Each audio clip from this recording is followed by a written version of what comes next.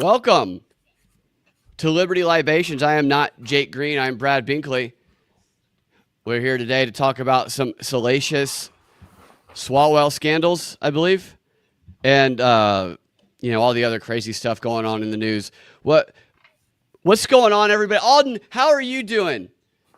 I don't know. What's the gayest thing you did this week? I put my fingers in a pool jet. Pretty deep. Okay, that was oddly specific. I've been fighting with a leak in that pool. You plugged that leak right there. It felt intimate. Yeah. Yeah. Do you work on pools?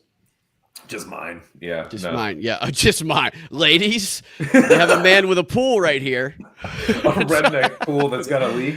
Yeah, I'm your guy. All right, Zach, what's going on with you? You live in the sky, it looks like. Yeah, not a lot. I mean, I know we don't want to produce here on the show, but I do wonder why as soon as we went live, it says we've been live for 4 hours. Oh, fuck. God, heard all this. Did they see everything we were doing? Yeah. Oh, no. Oh, my God. Anyway, and the gayest thing I did this week is probably this show. I mean, yeah, it's definitely. 4 dudes. Yeah. Sword fight is what we're doing here. So, Nick, what about you? You said that your background is real. There's no green screen involved. That is correct. Yeah. Unlike these other two guys.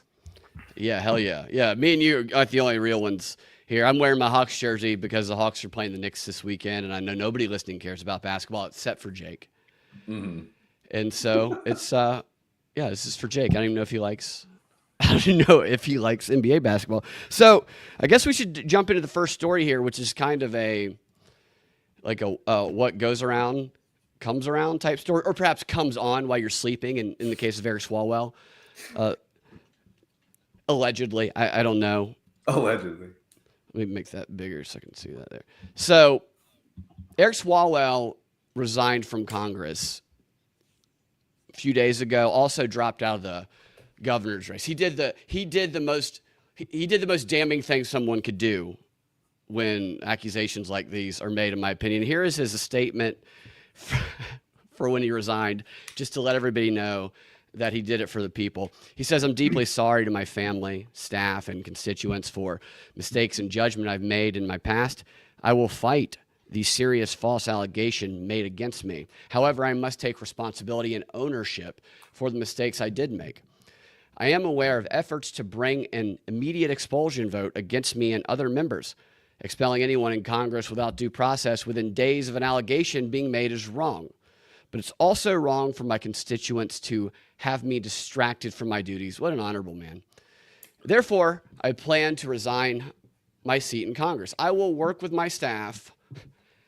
I mean, I don't know exactly what that means, working with his staff, "in the coming days to ensure that they are able, in my absence, to serve the needs of the good people of the 14th Congressional District." I find it inspiring that even under the subject of such scrutiny and allegations, that he still is putting the people who voted for him first, his constituents. Alden, what say you? So they're apologizing, they're resigning, but they're saying that the allegations are false and they didn't do anything? For his constituents, it's the distraction that he's doing it for. I'm confused. Right, it seems to be confusing, but he's spinning it. He's admitting to an affair, it sounds like. Okay. He's denying the allegations of rape, which come from a shadowy figure on CNN and come from the worst witness you could ever have in one of the women. I'm not saying the allegations aren't true, but if you watch the video of one of them, she's like, it's the same playbook they use with Trump. It's a #MeToo playbook. I'm no Eric Swalwell defender, but also what's the difference between what's illegal and what this guy who's obviously always, what surprises me is that people are surprised this guy is a creep who probably got into politics just to try and be like a Harvey Weinstein of politics. I mean, his name is Swalwell. It sounds too close to swallow.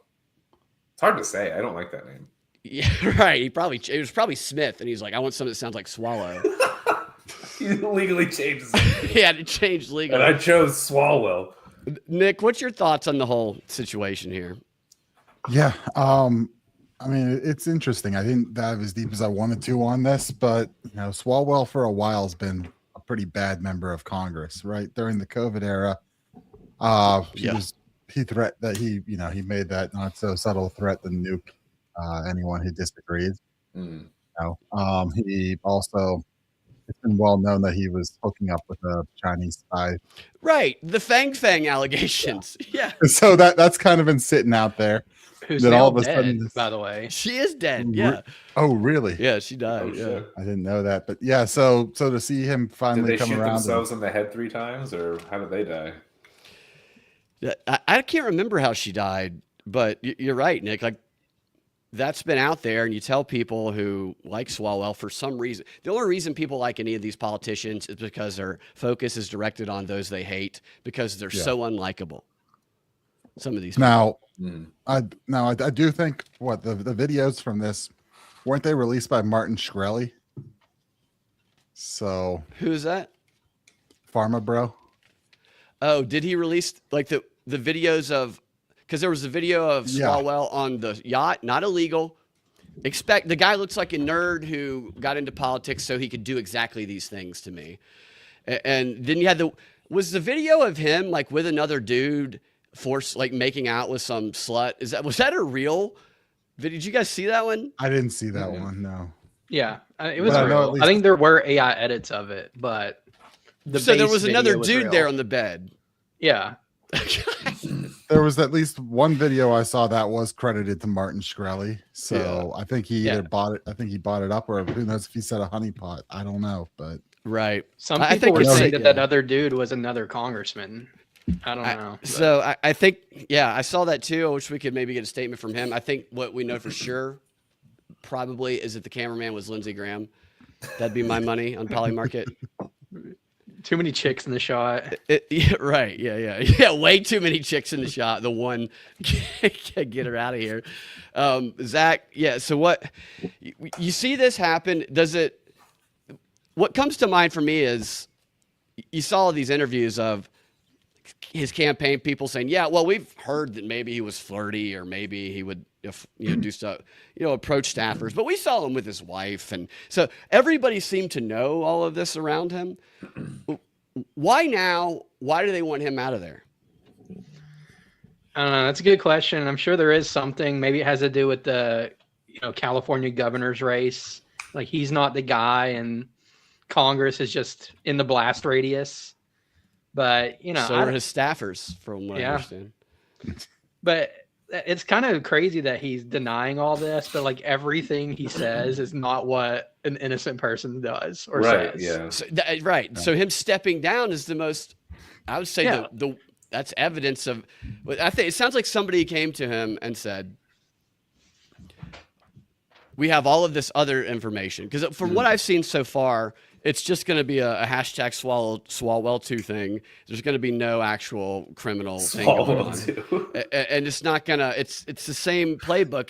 Because the witnesses they've brought forward they're not the most credible, the statute of limitations. And so they probably said, we have all this stuff that we could actually end up in prison with, like the real compromising stuff. If you just step down, we'll sweep all this under the rug. That's what it seems like to me. So the allegations are actually that he like drugged and forced himself. He drugged on and someone, raped this right? one girl. Yeah. And then they play the one girl, and my presumption is why does it have to be the least believable person that you present? That doesn't mean it's not true. It just means whoever her lawyer is very bad at coaching this person on how to tell her allegations and why she didn't come forward before. Maybe it is true. I'm not saying it's not, but I treat it the same way as all the ones against Trump and everybody else back in hashtag Me Too. It's innocent until proven guilty, even if they're a douchebag that I don't like. And what's funny to me, though, is that CNN was like, to his lawyer, do you want to comment on the fact that Adam Schiff has he's taken back his endorsement? And his lawyer just sat there. What I would have done as his lawyer, I would have said, Adam Schiff he has the face of a pedophile. If you look it up in Webster's dictionary, thank goodness. Like the fact that they had the endorsement. Have you guys seen the video of Swalwell walking with his wife, and his wife kind of does the endorsement for governor? If it's on Instagram, it's I see a video like that, and I don't understand how people don't see that he's like this robot with Asperger's, just psychopath person.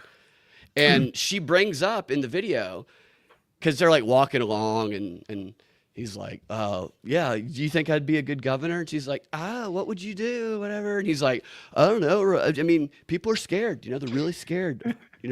Everybody's scared. And we'd try to make people feel better about that. And she goes, you got my endorsement. And which is like, no, that's all he said. And then it's like Napoleon Dynamite energy. Yeah, it really is, dude. And then he goes, are you ready to make an official endorsement? And she goes, well, you don't need me. You already have Adam Schiff. And I'm like, what a terrible, terrible ad to make. This is terrible. This guy that's like, it's like saying Jimmy Savile. You already have Jimmy Savile endorsing you. And Jeffrey Epstein, you don't need me, your wife. But it's interesting you brought up too, like the Trump allegations, because I would like to go back and see everything Swalwell said about those. Swalwell was all over that. That's what. So yeah, when there's the same amount of proof, like just a claim is made, and I'm sure he jumped all over the Trump ones, and now a claim is made. Totally, dude. He was wearing a shirt in one congressional thing where he was grandstanding. It was like something like everything will come out. Well. Yeah, I guess so. Ironic. I don't know that it will, though. I do find it interesting, and I know this is leading into the broader view of the story, that there's what was Gonzalez? Was this the other one? And then there's this other woman, and Anna Paula Luna is coming out and saying, we're coming after you next, which I think she should promise to remove one article of clothing for every Democrat that resigns. Well, there's already beyond those, there's even another one. Like we're looking at like 3, 4, 5 resignations or removals right now. Interesting. Yeah, so it's like they're I find that to be interesting, and I wonder if it's going to be like evidence based. I hate it when it's like step down or we'll show the evidence. How about step down and we'll show the evidence? You can put Gonzalez back up on the screen, and then Nick, you can tell us about some of these other ones. Gonzalez tweeted, I didn't know who this guy was before. It's a weird tweet for the circumstances. He says, this is a season for everything, and God has a plan for us all. When Congress returns tomorrow, I will file my retirement from office. It has been my privilege to serve the great people of Texas. Now, listeners should know that he had an affair with a staffer who, the story is, later killed herself by lighting herself on fire. One of the rarest ways of killing yourself, I would say, unless you're protesting. I was going to say, unless you have, like you're in the middle of the street and right. Nobody's like, I'm going to sit at home. Like I don't have a gun. I don't have a rope. I'm on the first floor of a building. What's quick and painless? Like, yeah. All I have is this lighter and this gasoline. God. Yeah, it's just a slow and painful way to do it. Right. So what Nick, what do you make of that and just the broader context of these resignations? Yeah, well, Gonzalez was already on the way out, right? I mean, this all came to a head back in the Texas primary. The other year he was challenged, 2 years ago, he was challenged by Brandon Herrera, who's a big gun tuber guy. Herrera, yeah, who I like a lot. And this time actually since that time, this staffer that staffer's self-immolation happened. It started getting into it got into the territory of them actually, doing, I think right the day after the primary, it was supposed to be a runoff, and he ended up just resigning because they were like, you know what, we're going to open an investigation. So the timing on that, odd, for sure. I don't know what to think overall on it, but yeah. So the one who burned herself alive they were gonna open up an investigation onto what happened. So like the day after the primary, they came out and went, we're gonna open a congressional investigation into this Tony Gonzalez stuff. So they waited till after the primary. I must have seen. I don't know whether they're looking and seeing this guy's probably not sticking around. Like he's in a runoff. Someone who he ran against last time is now neck and neck. Brandon Herrera is slinging hard about hey, look at what this guy's been doing. Like, do you Right. really want to send this guy back there? And it seems people are buying that. Interesting. Yeah. So I guess I'm thinking they were deciding, well, all right, we're better with this new guy and cutting our losses. I'm assuming is maybe what happened here. So he was on the way out already. That started, and then Gonzalez went, okay, I'm dropping out, and gave the nomination to Herrera. So yeah, and it makes sense in light of the circumstances of the affair he was having and the way she died. You don't want people really looking at that, and people will forget about that. And that's not even getting that much attention, like that whole. It was like Swalwell's resigning, and also Gonzalez, and then I was trying to figure out, well, why is he resigning, and then I found a TikTok video explaining the relationship. And it felt like that should be something that the mainstream should cover a little bit more. And then it's like, oh, that's probably why he's resigning, so that it stays on TikTok. Zach, you are a huge Eric Gonzalez fan. Is that correct? Yeah, I love the dude. So what do you think? Obviously, that's messing with you. What do you think about the compromise that must be going on, or is anybody in Congress not? I don't know. I mean, yeah, I would love to see like 534, 33 more of these, but right. Yeah. Yeah, I don't know. I don't really know much about this dude except for, he's running against the AK guy, and I'm glad it happened in that race because it seems like we got somebody pretty cool coming in. But other than that, I don't know. Like, not much to add to it. Glad he's gone. It'd be cool if some of them get prosecuted, but probably won't happen. Well, what we do know is Congress has a slush fund for paying off, these sexual assault claims and just settling it, right? So I think what we're seeing now is maybe Congress, in its dysfunction, has turned guns in on itself, and instead of ignoring a lot of this stuff, they're actually like, let's go after this person and that person. I mean, we've got Gonzalez here. We have Swalwell's a Democrat. The one woman also on the chopping block is a Democrat. I think the other guy on the chopping block is a Republican. They're kind of like, we're coming after each other, and yeah, see what happens. Right. It's kind of what is expected, that they're going to come after each other, but it's also kind of like a mutual agreement that as long as you play ball, then the real jail won't happen. I do have the video here that I can send you. Or I can actually just share it of him and his wife, which I don't know how to take my thing. Which, in light of all of this, what's up, JC? The Napoleon Dynamite-esque clip, or yeah, the one where it's like him and his wife, and they're doing the.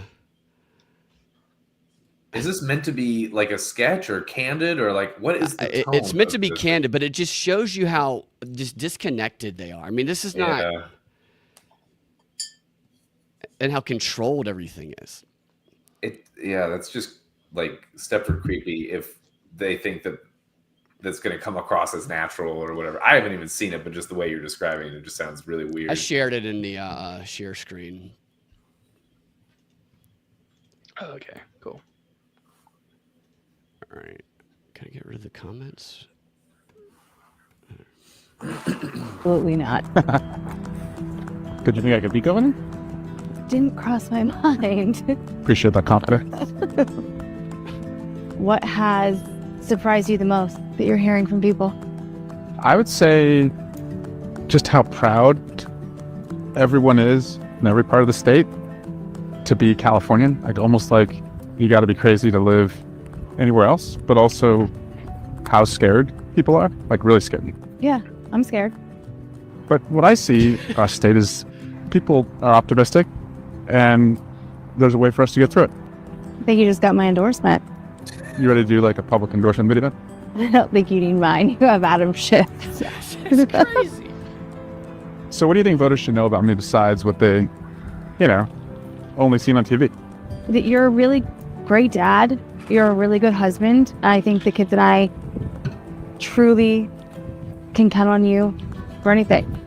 And if I gave you the choice, I'm not sure if you would choose to be governor of California or have the 49ers win the Super Bowl. 49ers. Governor. Definitely So awkward. being governor of California and making a place where, when we retire, it's a place where our kids and everyone's It's not kids his kid. can afford to live. It's a black kid. You're gonna be a great governor. Thanks. It's just such a strange video. Yeah, Yeah, that's so awkward and so fake. pretty cringy. Yeah, it's the two of the most privileged people on Earth walking on one of the most beautiful beaches. Well, on Earth. Southern California is really pretty. Say what you want about the state. Mhm. Being like, I'm so scared. Right. We need to be we need to be in power. And to be able to say, like, basically everyone else who doesn't live here is crazy, and it's like no one can afford to fucking live there. Like another point of just bubble mindedness or privilege or whatever. And not everyone wants to for various other reasons. Like, also, you're in power right now. It's like, and for how long? Yeah, You've do done nothing something about now. it. And the people who were scared the most were the children in that video, where they kept cutting to him with different random children who their faces just look like, who the hell is this person grabbing me by the back of the shoulders? As weird as it was, the part where they try to do the joke about the 49ers, and Yeah, that didn't land. that really was well. so strange. That was such a that was written to be a joke. Whoever Yeah. wrote it, and how many takes did they do to get that awful of a take to include there? 49ers. Yeah. Yeah. No, clearly government. Like, Yeah, I felt like the It's- hand holding was even a little weird. Like it seemed unnatural. It seemed like they hated why? each other. Okay, thank you. Like where it's just like this whole time we're just walking forward, facing the camera, and like we gotta hold hands like it's some high school dance or whatever. I'm like, I don't know, man. Like it just felt odd. Now It's I'm like she knows what he's been up to and Right. is play and She knows what doesn't those act hands are very there, well on it. you know? Yeah. Yeah. And Lindsey Graham's behind the camera threatening to kill her if she doesn't play along. There's a handler like off set, like being like So I look forward to seeing Eric Swalwell as to his new show on MS Now in 3 months or so. Typically how it works, or CNN. Is there like a liberal version of like what's the one that Matt Gaetz is on? It's like even below Fox News. Oh, what or is that anything. called? It's like, yeah. Is it like America what is One it? or something America like that? One America News or Yeah. something like that? Like what's the liberal version of that? Maybe he joins the Podcast PBS. Bros network with Crooked Yeah. Media with Stacey Abrams. He starts He'll a be on podcast where he Chris where he Cuomo's exposes show. the truth. Right? Yeah, the Chris Cuomo show. That's crazy. And what was the woman's name who's being threatened to be Let's expelled? see. I can't remember, but for that it I'm was pulling it over. up. I think it was on the list, but it was for Oprah. my understanding was mishandling COVID era relief funds and then funneling those back into her campaign. So basically, the paycheck protection stuff. Yeah. Took that money and then used it to run for Congress. Wait, that's bad. If they get her for that, then I would expect to see a lot more people get got for that, because that seemed to be standard for people in power. Okay, Anna Paula Luna says that Shalia McCormick, we have your expulsion vote ready to be called up on the 21st. Either resign or be expelled. Those are your two options. And then a space. So America is tracking. Sheila stole $5 million in FEMA funds. Now I expect that Sheila probably came out and accused her of racism. In response to that, that would be the typical thing. There she is right there. I don't know who this woman is. There's so many members of Congress. It is interesting what ones who don't get the media attention can do behind the scenes. But I remember there was a case, I think, in Georgia. Maybe you guys remember this. It was like, what was that mall? I think it was in Gwinnett near Lawrenceville. Crescent. I don't know. I don't remember what the mall was, but it's like a little town over there. They got a bunch of COVID relief funds, and the mayor of the town, who was in charge of them, he got like a couple $1 million and just stole it all. And I remember thinking, obviously, that's what people are going to do with it, based on the rules of it. And it felt like a trap, like they were setting people up. Now, Yeah. Well, there's Yeah. been several state reps that have resigned for that too. And like basically their punishment is, well, give us the money back and you're fired. But I feel like if we Yeah, stole yeah. $5 million, we'd be in prison for the rest of our lives. you Yeah, know? yeah. So I wouldn't even know Money. how to begin to steal $5 million. yeah. I would never get close. Yeah, right. Yeah, it's I love that they're trying to get people out of there. I do wonder what, because she said a few more. I don't know if you know who else they're going after, Nick, but I would love to see more of them. But I wonder what. I always believe wonder it's what the Corey- narrative reason I is. believe it's Corey Mills is the other one. Corey If Mills. Zach wants to pull that up. Yeah, I'm looking. I don't know any of these people. I make it a point not to know these people. Yeah, I mean, I'll support anything Paulina Luna does, except bombing children. I don't know if she supports that. I don't know, but I know she used to be a MAGA model, and she's like, we have the hot bitches that are all the UFO chicks, and she's one of them, which doesn't do a lot for credibility. So Johnson says he's looking into the ongoing Corey Mills ethics probe. I wonder what that means. I wonder what his definition of, because that is looking into in quote. What does that mean exactly? And then the article says Speaker Mike Johnson said he'd be looking into the ongoing House ethics investigation to whether Representative Corey Mills from Florida is guilty of assault and benefiting from the federal contracts while in office. And the ethics panel is due to meet next week to determine whether to recommend a formal punishment, which would serve as an expulsion. Yeah, these are slaps on the wrist, actually. Yeah. Oh yeah. I mean, it's funny Yeah, how there's real I crimes guess going on here. some of them do it right. It's like, can you say Nancy Pelosi didn't benefit from stuff? But she's Yeah. fine, Right. She is fine with those titties. and she's not alone. All of them are. Oh, by the way, Anna We- Paulina we Luna's have- real last name is Meyerhofer. What? What? Meyerhofer? I'll bring Swalwell it and up. Meyerhofer. Dude, that's crazy. haven't How said. so He does not look German to me. So there it is. So That's a birth interesting. name is Meyerhofer. that's Also, German. Is that I'm- German? That's German. It's very crazy. German. That's about the most German name you can I get. was gonna say it sounds it. I wouldn't have another guess. Like We know so little about people in Congress other than the ones that get all the attention. Even them, we really don't know all that much about. But it's so common to find some of these people's names aren't really their, like J.D. Vance, for example. That's not his real name. He's I had didn't multiple realize I names. wasn't showing it. Yeah. Okay. Yeah. Luna identifies as a Messianic Jewish Christian. What does that mean? It's interesting. That's, What does that that's mean? a really interesting. Got an Illuminati ring to it. I'm a Christian Muslim. It just means that you're a Christian, that it means like you do the Jewish way, but you also believe in Jesus. You're a Christian, but you circumcise your kids. This is Zionist. Zionism. Yes, Well- it's usually Zionist. What I had heard from Spike Cohen saying he grew up that way is basically they were Christian, but they kept Jewish traditions. But then when he realized that wasn't the only way to do it, he's like, okay, I'm just Lutheran now. So Yeah, I saw that. And I wonder what Jewish traditions mean. I don't know, growing your twirly bangs out. Let's keep keep your Shabbos and your and have your refrigerator with Shabbos mode. Yeah, you get to benefit Hanukkah and Christmas. It sounds selfish. Yeah. That's a good gig, Yeah. All right. So have we wrapped up the? Well, I think there'll be more coming out from Swalwell with.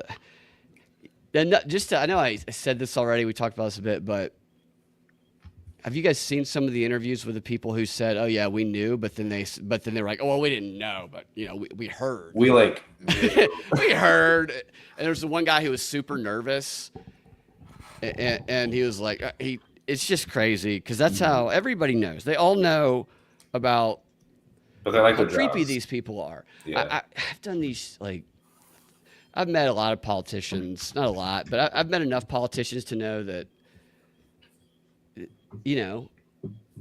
they're very open about how they're sleeping around. because they boast about it. And I'll be like, stop telling me that. Don't say that to me. I don't want to hear that. And it's just the arrogance of some of these people. Maybe because it's mutual, they assume everyone's doing it. Like Ciesielski, in his book Rules for Radicals, he just talks about how everybody in politics is banging everybody, so kind of everybody's compromised. So maybe that's the thinking there. It's like a nursing home. Well, there's that, and then also just like I think the arrogance it takes to get those positions. Yeah, The arrogance, the self-centeredness, the ego it takes. That's a good point. Like the type of Totally. person that would even want to go through that to get to that point in that type of job. Yeah, to think you out of the 100,000+ people in your district, are, uniquely capable of making decisions. I don't know. right. And that's what you really want to do is make the best decisions for people. And there's not other reasons that you want to get in there. And play some of this, the audio on this. Wow. That was as someone who knew virtually nothing about politics at the time, or no one, that was just an incredibly generous offer that I felt very lucky to have. She says Swalwell created a group chat with all the students and then added her as a friend on the messaging app Snapchat.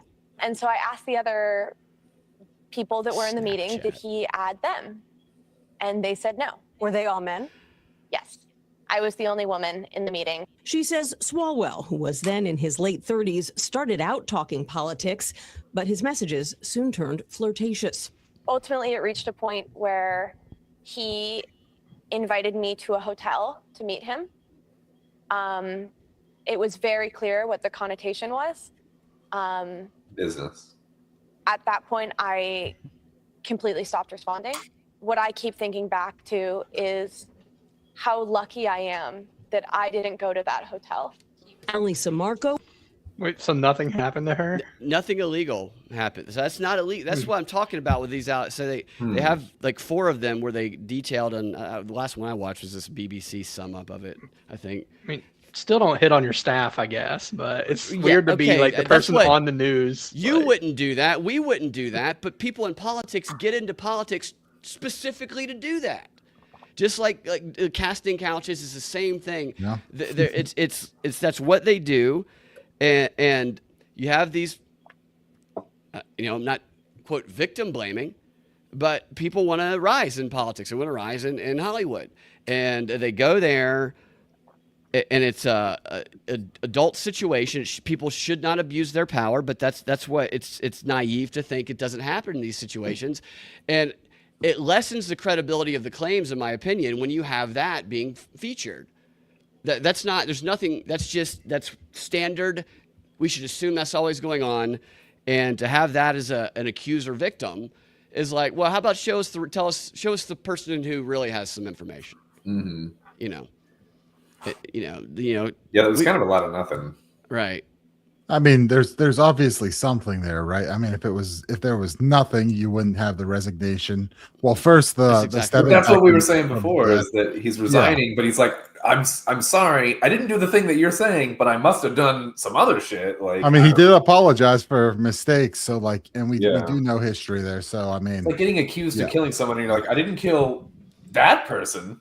I mean, I both believe I just had sex with my intern. I didn't kill her. I just had sex. It's like Joe Scarborough. Yeah. I mean, I both believe he did something, but also these news stations are just like, quick, who can we grab? Like somebody he looked at sideways in 7th grade. Let's get totally, him on here. dude. They have these women set up to a hotel, but nothing came of it or whatever. And I mean, again, I'm not defending this guy. No, we don't like this guy. I don't. Yeah. Yeah, you're right. It's like Linda Sarsour laid out how this works when they were doing the Kavanaugh stuff, which Swalwell very much supported. The Kavanaugh was gangbanging at Yale, just a line of hundreds of guys waiting to plow this one chick story, a lot of which just fell apart. And we had this Blasey Ford woman. Her story was just ridiculous and had no evidence behind it. And Linda Sarsour talked about how whoever got nominated, they had people, because they used these activists' email list to curate people and bring them in, and they train them. I've gone to a lot of the online trainings because I think they're funny, but they're also interesting. And they have people on the ready for whoever gets nominated. So they were going to do that regardless. And they just pick people, like you said, who met them, who lived in the same town, who can be credibly linked to the same area in the same period of time. And so it's enough to satisfy the confirmation bias. And she was like bragging about the use of these tactics. And that's what, some of them are guilty of something. That's what's unfortunate about it, because some of them are guilty of some of this stuff, but because of the way they all do this stuff, it makes people who are really victims, they don't ever actually get justice. That's fair. Gerald Hall, her mom, makes a good point. It's like, how much you want to bet she's not only had media training, but she works for a 3-letter agency. But it's like they do appear very comfortable on camera for just somebody who got pulled into this. And more comfortable than that one weird hand-holding on the beach sketch thing. For sure. Pull up the one who said she got raped. Do you have a video of that one? I can look, but then we can move on. Do you remember? Well, she said anything about it, or I have no idea. She said that he drugged her. Yeah. Also, on the other hand, with this, like I mentioned, the videos came from, at least some of the videos were credited to Martin Shkreli. I saw him going back and forth with Rokana on Twitter the other day, saying, kind of getting in an argument, saying, "Hey, if you keep this shit up, I'm gonna find something on you, and I'm gonna put that out there and get you out too." So what's your take on that? On him having that role and making those threats? Martin Shkreli? Yeah, I don't know what to think. It seems like he's got one scalp and he's riding the high off that. I've always found him to be a pretty interesting character since the first days, whenever he, made the big noise by buying that pharmaceutical company and jacking the rates on the drugs and saying, "Hey, this is why." Turned into public enemy number one, ended up in prison, and now he seems to be going after someone for something, or just an agent of chaos. And I don't know. Dirtbags going after dirtbags. Yeah, which is fine as long as they all get caught up in it. But yeah, I don't know what to think on it overall, but I think it's interesting and I think it's kind of funny, and I'm kind of just watching and waiting to see what happens there. Yeah. All right, here's this. I had contact with Eric Swalwell on 3 separate occasions after meeting him socially. On the 3rd occasion, I believe he drugged my drink. He raped me. And he choked me. And while he was choking me, I lost consciousness. And I thought I died. I did not consent to any sexual activity. Although I did not undergo a rape kit at the time, I disclosed the assault to the people closest to me. I also recorded these events in my handwritten calendar. The assault and its impact were later documented during my therapy sessions at a sexual assault center in Connecticut. Of course, anyone in a position of power who is credibly accused of abusing a woman or anyone should step down. Of course, it should never happen in the first place. I think the American public is sick and tired of these. I don't like that statement. Incredibly acute, yeah, anyone that's accused of something needs to step down. I'm like, well, then that's just an open door for just throw blind accusations out there to get someone to step down. Again, not saying this is true or not true, but and they say credibly accused, but it's a PR stunt, is what that was. Yeah. So that's, and I get you're getting the word out there, and that's, this was an organized campaign, maybe deservedly so, but that term "credibly accused" is something. It's a propaganda term. That's accused, though. Still, right. That's exactly right. They throw that adjective in there to make it seem to the audience that there's something behind it, right? Without actually producing. It's like it's like twisting the words to sound like you're guilty, even though it's like we've not found this yet. And again, now I'm just speaking in generalities. I'm not talking about this case. I'm not talking about this woman. I don't know. I don't care. I'm just saying in general, that statement stood out to me as some horseshit. It was 2019, I think, or 2018 when she said that happened. Yeah. Why is it mean, that? Go ahead, Nick.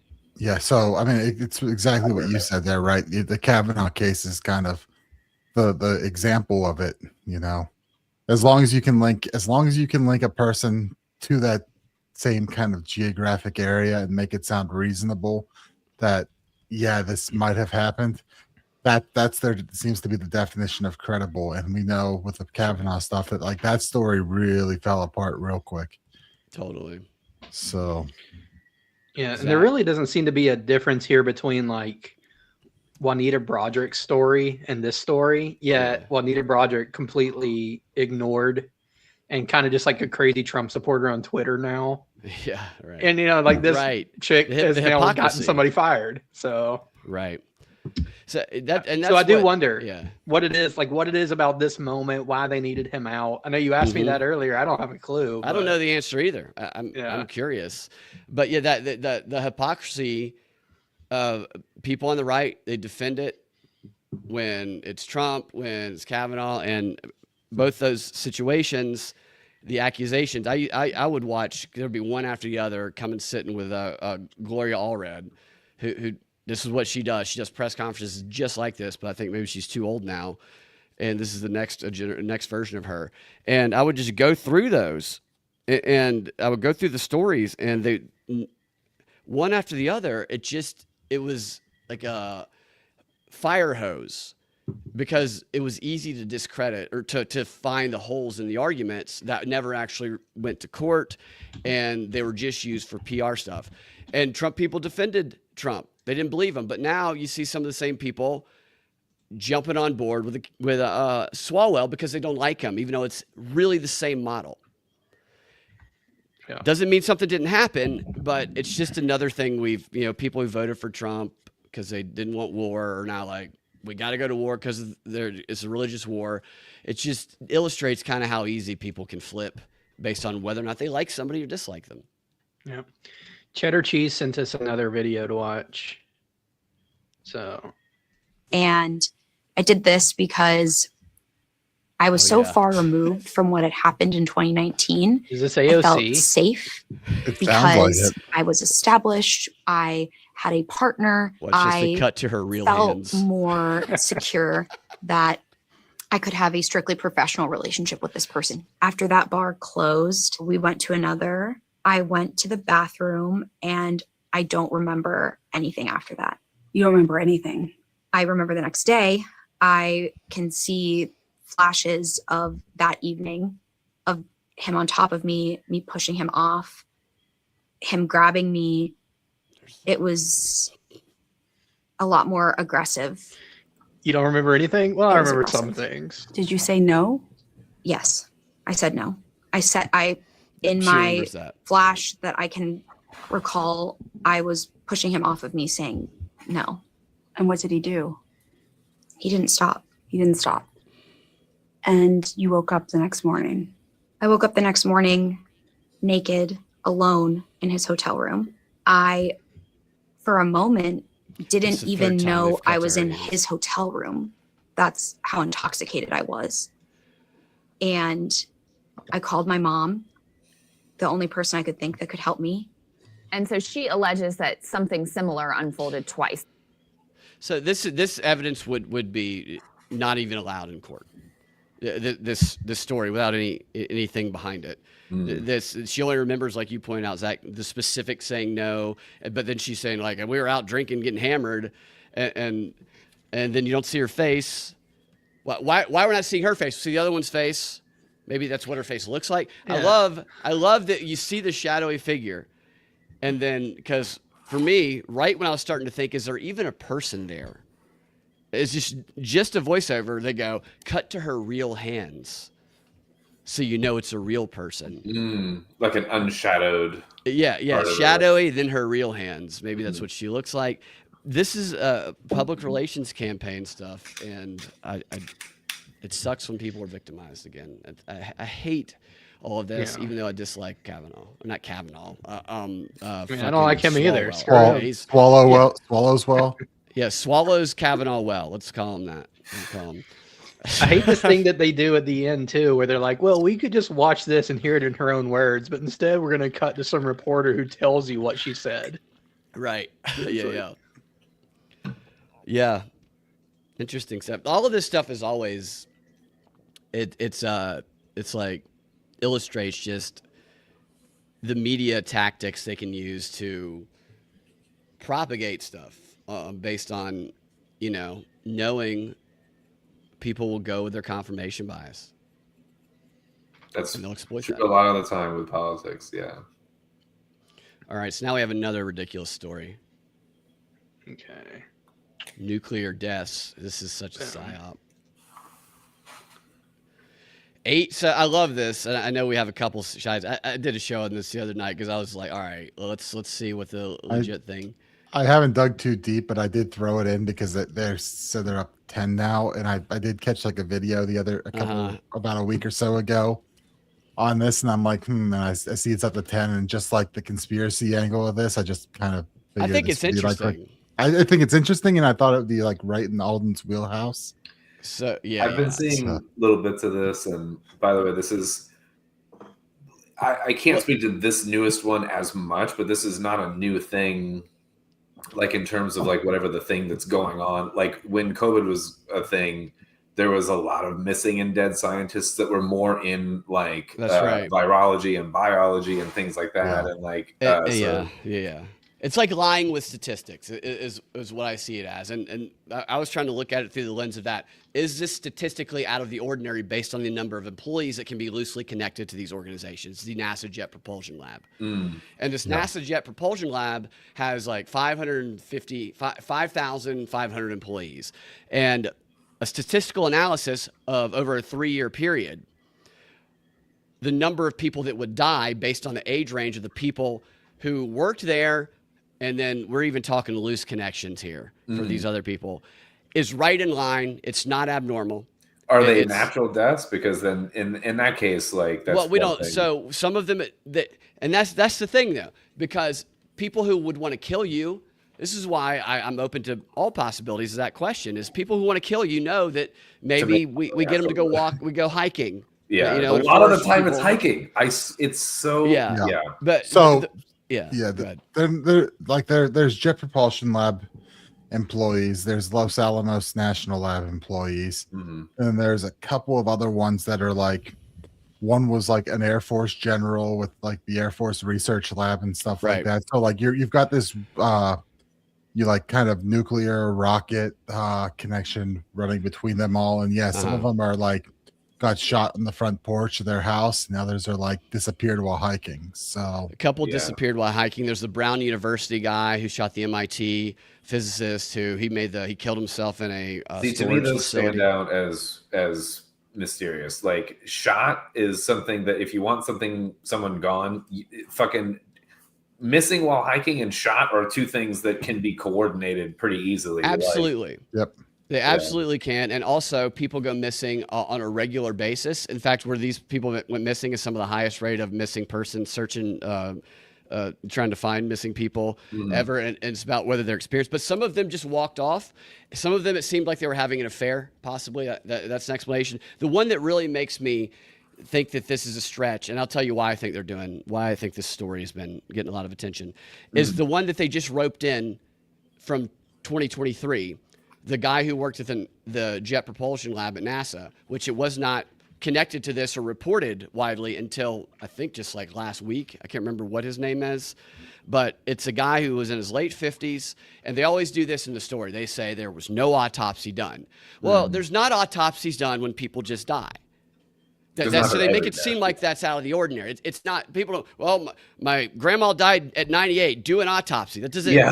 No. That's not what happens. So they do that to make it seem suspicious. Right. And this guy, his family, his doctor said the cause of death was natural, related to heart disease, and his family asked for donations in lieu of flowers to go to AA because he had a drinking problem for, I'm assuming, most of his life. And I looked up if he was overweight, and the medical examiner determined him to be morbidly obese. So everything about this one they roped in recently, because he works for that specific NASA Jet Propulsion Lab related to the UAP stuff, screams, even by his family, of not suspicious. Yeah, Fair enough. that just is not surprising, to have that in there. Right. What gets weird is what the one woman, I think it was the first one that was showing on the screen initially, was with friends hiking a trail and got separated and then disappeared, Right. which 30 feet screams back. Yeah. which screams missing 411. I was gonna say 411 as well. Missing 412 now. Yeah. No, that one I was wondering. So there's details of this. I haven't got all the details of all the cases, but you wonder. It's like, did they just say I'll catch up later? What, did they have experience hiking? And then there's a couple where the daughter and the what husband, are they doing? Tying their shoe for 10 minutes? Like what do you need to do? Like they're they're getting picked up by a Yeti to be taken to an interdimensional. I gotta talk with they're going under the ocean in their bunker because the aliens are about to come. The story on it made it sound like she was hiking a trail she was familiar with. So who knows if went that's off good the trail or who knows what, but you get a lot of the weird stories in the whole missing 411 category as well. Yeah. Right. I think it's worth looking into the suspicious nature of it, but some of these cases are added there for a narrative. You could be totally right on that. And so this is a question I asked.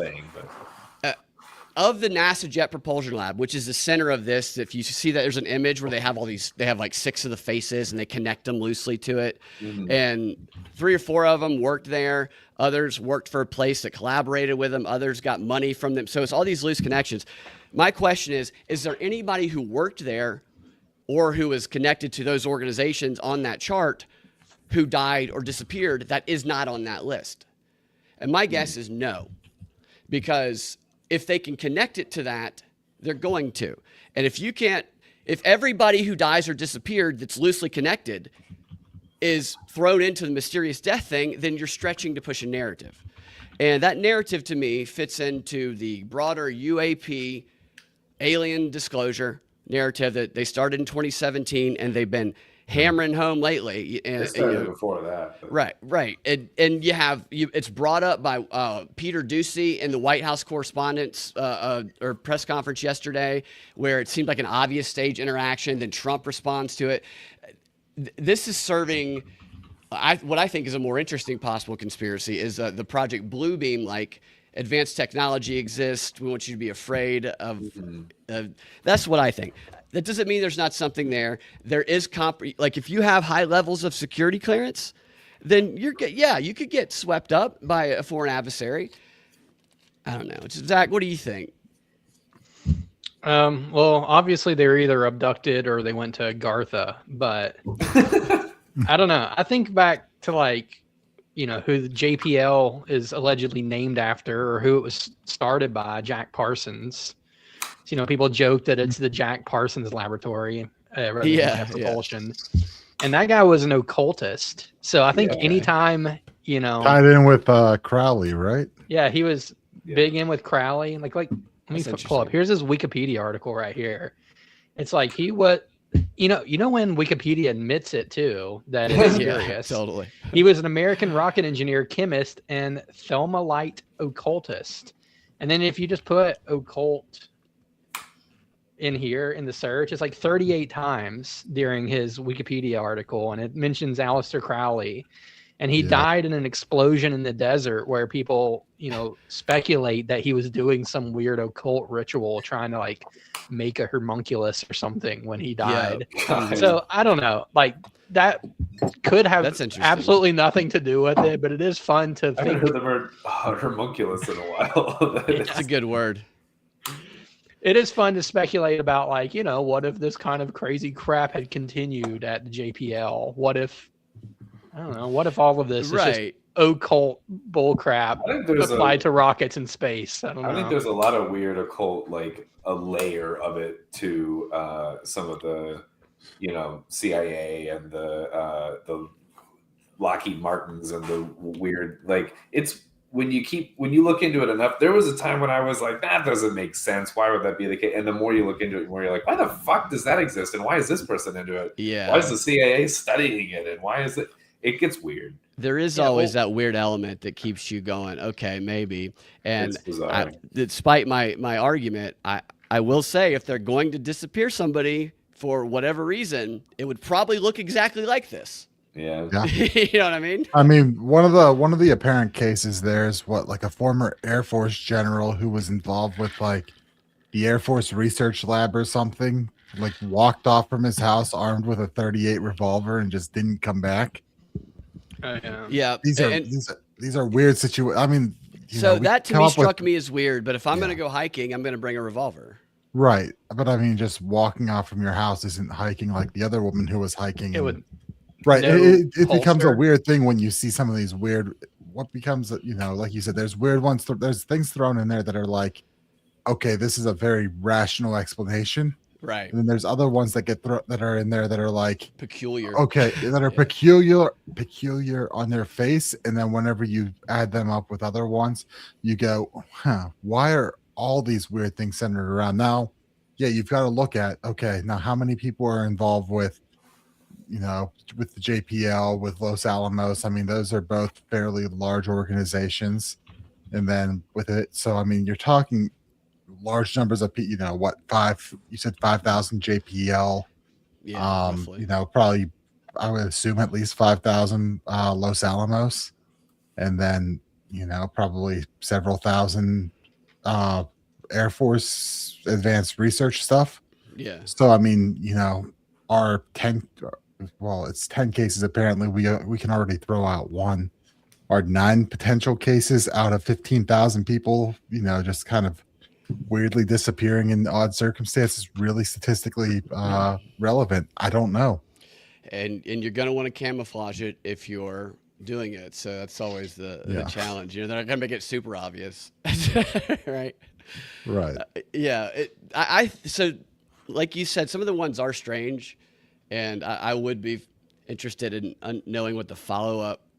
There's international cases too, like in events in the past. There will be like scientists from like various countries all in the same field that'll die all at the same time, and some are like South America, and some are in Europe, and some are whatever. And it's like, and they all just die on a hike, and it's really weird. Like that's like the easiest all happens way within a single period or something. And well, if there is something to some of them, what does their roles and their potential security clearance? What does that make you guys think of that could be related to? Well, I feel like that might be the heart of the psyop here. Is like, what are we supposed to believe about this? Yeah. And I think it's going to probably be Iran did it, or Russia did it, or China did it, or they were abducted and the aliens are coming. Yeah, see, I never think either of those things. I agree on that. It's either like, they were taken out by a foreign adversary on U.S. soil for X, Y, or Z reasons, or it's playing into this alien disclosure narrative, which, like Binkley said, has been growing year after year. They've been playing this game, and like, growing up, I was always kind of interested in sort of like the alien concept, and the more they just like started admitting shit, dude, the more I went, "Oh, this is all bullshit, isn't it?" I feel you, dude. Yeah. And it could be that it exists in a way, but it's not the way that they will want you to believe. So, like, whether it is or isn't, I don't trust what they say in terms of how they want to package it or whatever. Like, if it's like the threat and we got to spend tax dollars on the defense against it, pump up the military-industrial complex, the weapons development. Yeah. Whatever it is, like it's whatever they say. I just, they've already shown they can't be trusted at all. And yeah, I think Erica Kirk killed all of them. Believable. With exploding official position of Liberty Libations, Erica Kirk's responsible. Yes. We haven't gone super into it, and I feel like I could have gone harder into that, but like Zane was like really about like the whole Charlie Kirk thing, so I didn't want to like, I don't know, be weird with that. Like, but that's a whole other angle that Candace Owens is a cunt. Yeah. We should revisit and that. Erica Kirk is weird. Erica Kirk is weird. Both things can be true. Yeah. I mean, I was just seeing this week, like, what her mom being named in documents for 3-letter agencies. People have this thing where it's like you have to choose one side or the other. They're all part of the same. They're all like the same to me. All of them are con artists. I mean, the very day Charlie Kirk was killed, I'm like, something's not right. This isn't what we're being told. And I still believe that. I just don't know what I mean, I haven't felt cracked the I case. felt that way with the Trump assassination thing, especially as still do. it started.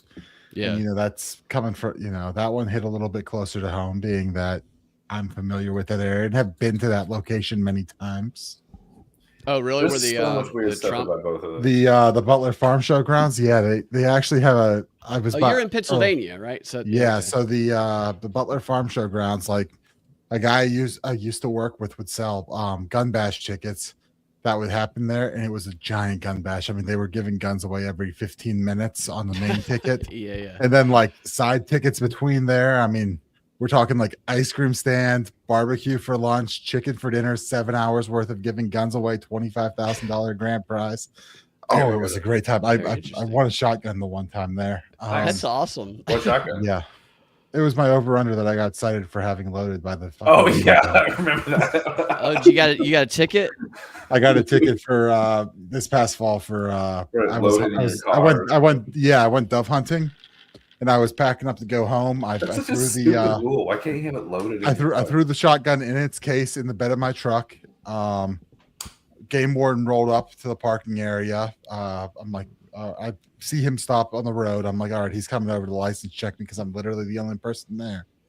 He comes up, license checks me. I'm legal because I'm trying to do everything right. Yeah. And then he's like, and game wardens in PA have a ton of leeway to do whatever they want. So he asks, "Can I see the weapon you were using? The gun you were using?" I'm like, I don't know if I can say no, even though it's in the trunk of my car with the tailgate shut. Yeah. Like I'm out here strangling turkeys. So I opened it up. I'm like, here's what I was using. He's like, open the action. I opened the action. There were 2 rounds in it. Yeah, it was a whole thing. Yeah. And I'm still a little bit salty over it, but no, I would be too. They have a quota usually. Like Alden. Yeah. My if you would have said, "Let me see the weapon you were using," I would have pulled my dick out. I think. Yeah. So, I would have gotten you arrested. I was trying to be cool with him, hoping he'd be cool with me, but apparently he had gotten transferred by the time the court case rolled around, and I showed up to the court case instead of just pleading guilty. Yeah. So I made his ass drive down there. So I mean, that's what you get. I fight every ticket I get, like every one of them. I take to court. I mean, I drove an hour out there to fight it and be like, yeah, I don't really have an argument, but I'm hoping you just like let me off on this, dude. And that happens sometimes. Yeah, I went to it was driving. What's it called? The hands-free law in Georgia, and I got pulled over. I was in my truck, which I don't have smart stuff, and I was more focused on all the people texting and driving. I was just listening to directions. And I got pulled over, and I said, would it be better if I was eating a bowl of soup? Anything like that, but I still got a ticket. And then I go in there, and it was in Cobb County, and the woman, it was I don't remember her name, but the judge, she was just smiley and nice to everybody. She's letting everybody off, and my sister's a lawyer, and so she was talking to one of the lawyers that works there all the time, and it turns out that she's running for re-election. And she wanted everybody in the room to vote for her, so she just gave everyone a free pass. Oh, I've already started putting feelers out. I've got a guy who's from that town originally, who's going to start looking into because it was just a magistrate, local magistrate. So, which means like this ticket's not even a criminal offense at this point. It's literally basically a fucking traffic ticket for it. Yeah, it was a $100 fine. Right, and then $100 and something in fees, which pissed me off. So I'm literally looking to find someone to run against this dude for the next election, just out of spite. Out of vengeance. Yes. Hey, I like it. Well, especially because in Pennsylvania to be a magistrate, you don't have to be a member of the bar. You don't have to go to law. You don't have to go to law school. Lawyer, you don't have to go to law. Okay, it's like 3 states like that. To be a local magistrate. Okay. You can either be a member of the bar or take a class. That's interesting. It's like that in Georgia too. I don't know about magistrate. I don't know all the different judges, but there's the one that just like files wills and stuff like that. You don't have to be a lawyer. Yeah, there's some states where you don't actually have to graduate from law school. You just have to pass the bar. I think it's like 3 states where you can do that. I don't know if PA's on that, but at least for magistrate, you don't have to. And then the fun part is magistrate is one of 2 positions that you can do what we call cross-filing on.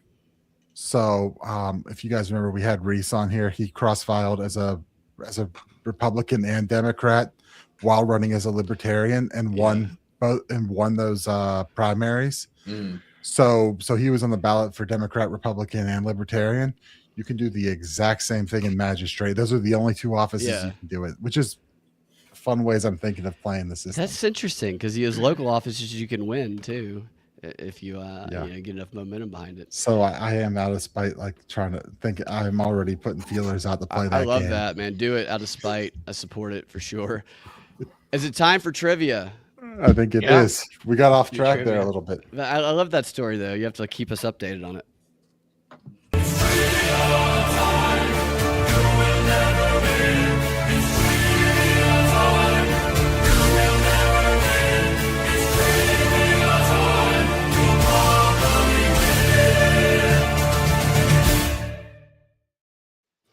All right.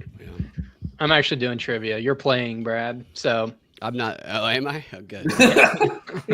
Love that was the pre-show pre-show chat. Was Jake said, Zach, you can either play or host, and Zach's like, Binkley can play. So did you? Who did put the questions together? Jake did. I haven't even read them, so I'm gonna muddle through this for sure. That was funny. Zane last week was trying to like give us like the Celebrity Jeopardy version of the questions he gave us last week. Oh, what Zane makes hard. That's what he said. He said people tell me my questions are too hard. Oh, so he has autist trivia. Yeah. I always hated that when you're like, oh man, I'm killing Jeopardy tonight, and it's like, oh, it's Teen Jeopardy. So easy, yeah, right. All right, trivia. 3 rounds, 8 questions, 1 point, 6 questions, 2 points, 4 questions, 3 somethings. Write stuff on a whiteboard, I guess, and don't blurt things out. And if you win, you're no longer a loser for 1 week. Wow, all right. It's been a while. Man, I'm so bad at keeping score too, though. So probably this is going to be like a Who's line. Where good, yes. Let's throw out whatever. Like the plot of the write porno. down everyone's name. Alden. Audience. No, didn't you make it? Didn't you Call make me it Zane. after this, Zach? Oh yeah. I wonder if I can find that on my own computer though. I gave it to Jake and I never thought about it again. What did you do? We don't have time for that. I made like a web app to score trivia, but then like turns out Jake was using a MacBook Air and it was like way too small of a screen. And I don't know, it didn't work. So I've been vibe coding stuff over the past couple of weeks. I got some pretty cool stuff I've been building. Man, I wish I had pulled that up. I completely forgot about that. I have a MacBook Mini from 2012 or 13. A what? A Mac Mini from Mini, 100 years ago. That's what I'm rocking. He has a Mini. All right. All right. All right. Question number It's 1. a grower, not a shower. On this day in 1889, known for his silent comedic films, which Hollywood legend was born? Born? He done been born. On this day in 1889, silent comedic. Okay, that's I know who that is. That's Okay. I've let's got at least see. a reasonable guess. Zane trivia is awesome, says Cheddar Cheese. It is awesome. I'm just stupid. I mean, I like We're when just- we get into like haikus and stuff like that. That can be fun. I don't know the He's answer to very any of Zane's creative questions with in it. trivia. Exactly. All right. Yeah. Answer. I guess I go to you guys. Alden. Charlie Chaplin? Charlie Chaplin. Nick. I said Chaplin as well. Binkley. Charlie Chaplin. Oh, we all have the same. That's what Okay. it says And there. the audience says Charlie Chaplin because it is Charlie Chaplin. Okay. All right. I guess we were right. Boom. Everyone gets a point. It was the only name that I could come up with for that other than Jackie Chan. So. I mean, I love that he looks like Hitler in some of his films, but Jackie Chan is drinking adrenochrome, so there's no telling. He had how an he is. underage wife? I didn't know that. But was that underage in like China? Oh. a thing? Are we talking about Charlie? Not Jackie Chan. Charlie Chan. Someone I'm talking about wrote- Charlie Chan. Yeah. I guess about Chaplin, someone wrote that. Yeah. Anywho. Question 2. Whoa, what just happened? Actually, I hope this is question. Wait, slide 8. I don't know what just freaking happened. I'm gonna go back. Okay, we did question 1. This is being crazy. What's going on over there, Zach? It's like blink. Okay, I Okay, think same. it still says slide 8. Okay, that has to be right though. Whatever. Yeah. I don't know. It's a new question. We'll just go with it. On this day in 1917, who returned to Russia from exile to take over the reins of the Russian Revolution? What? Jake's like dumbing it down for me here. In 1917, who returned to Russia from exile to take over the reins of the Russian Revolution?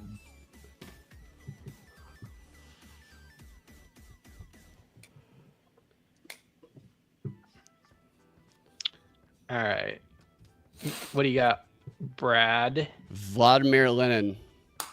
All right, Nick. I have also said Lenin.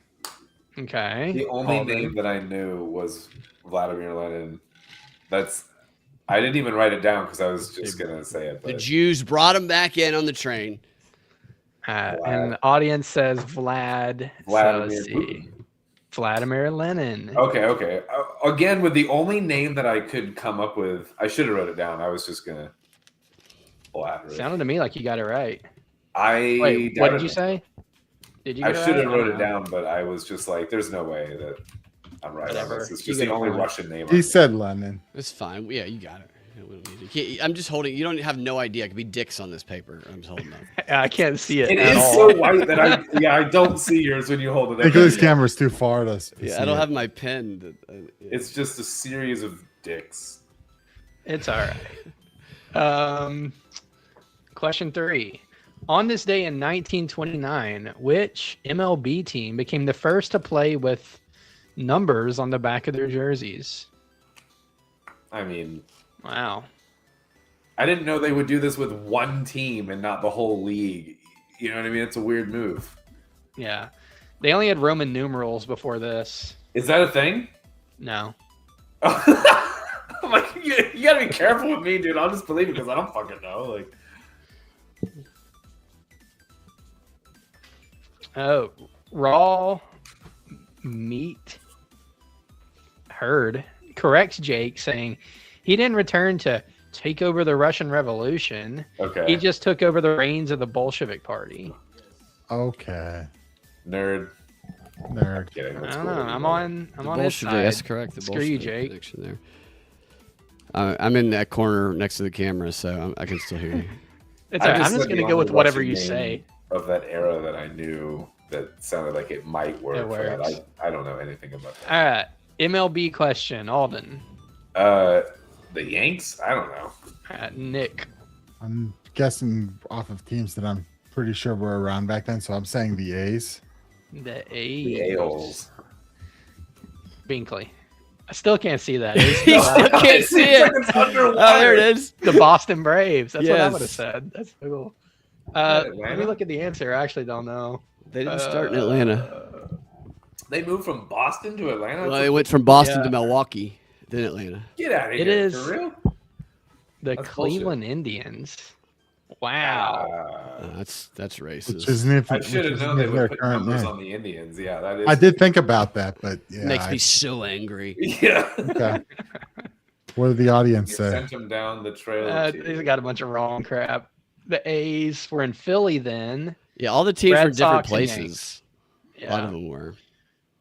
Um, Like the Brooklyn Dodgers. Yeah, the Brooklyn Dodgers. That's the one I was thinking of. All right, still round 1. Question 4. On this day in 1943, a Swiss chemist discovers the effects of what synthetic drug? Alden, if you don't get this, I swear to goodness, it's about drugs. I do know a lot about drugs, but I don't specifically. Well, just think of synthetic drugs. And What's we're not a naming the plant? drug too. It's not like you have to name a Swiss chemist. That is fair, yeah. Oh, wait, you just got to name the drug. Okay. Oh, because I was going to name a chemist. Because Yeah. I know a lot of Discovers Swiss the chemists. I effects have a long of the list of drug. Swiss chemists at the top of my mind. All right, wait. So this is on this day. That's crazy. So does that make this bicycle day, Alden? What? Does this have to do with bicycles? What's your answer? I was gonna say MDMA, which has nothing to do with bicycles, as far as I know. Nick. I said LSD. LSD. Binkley. Penicillin. Everyone's favorite recreational drug. I mean, I guess you guys have never gotten fucked up on penicillin. You guys are pussies. And the audience says LSD. Okay. Which I'm fairly sure it is LSD. I'm looking at the answer. I don't know why I was about to say that, but yeah, it's LSD. God and damn. Let's see what that Swiss chemist guy's name was. Swiss Jacob chemist. Faggot, is it him? Yeah. I don't know why I'm. It's the only one I know, LSD. the only scientist. Albert Hoffman. Yeah, and the day he discovered it, he like took some and then he rode his bike around, not knowing what it did to people, and like tripped out while riding his bike around. So they call it bicycle day. Is this the one that he got it kind of That's why I call it accidentally bicycle through day? his fingers or something? Or like I thought there was a story about him getting like way too much accidentally or something. He did I what mean, accidentally? That he got it in his system. So he was just fingered it a soaking little, into and he was his- a little, yeah. I thought that was like the case the first time, but I don't know. Okay, bicycle day is actually on the 19th. So freaking out. I remember in middle school, they would tell us these stories about a kid. They'd be like, a kid took sheet of LSD and then walked off the top of a building and died. Stay away from drugs. and remember those ads where it was just eggs in a pan and it's like, this is your Yeah, brain on brain on drugs. Like, drugs. so improved and delicious. Like what? Yeah, this I know, is it's the tasty. stupidest ad I've ever Right. seen. Like, Yeah, you mean better? Like, you do a lot of drugs, Alden? I can neither confirm nor deny. Do you want to admit to any crimes, Alden? I'm sorry about the crimes I did do. It's not that one that you just said, but I do apologize and I will resign from this show. I've never done any crime. Anyway, I've done crime. What are crimes? You know. Well, question 5. On this day in 1946, Arthur Chevrolet, the brother of Chevy, what the world? Chevy founder Lewis. Oh, Chevy. I thought his name was Chevy. Chevy Chevrolet. Yeah. Okay, on this day, Arthur It's Chevrolet, like a Frank the brother, Stallone question.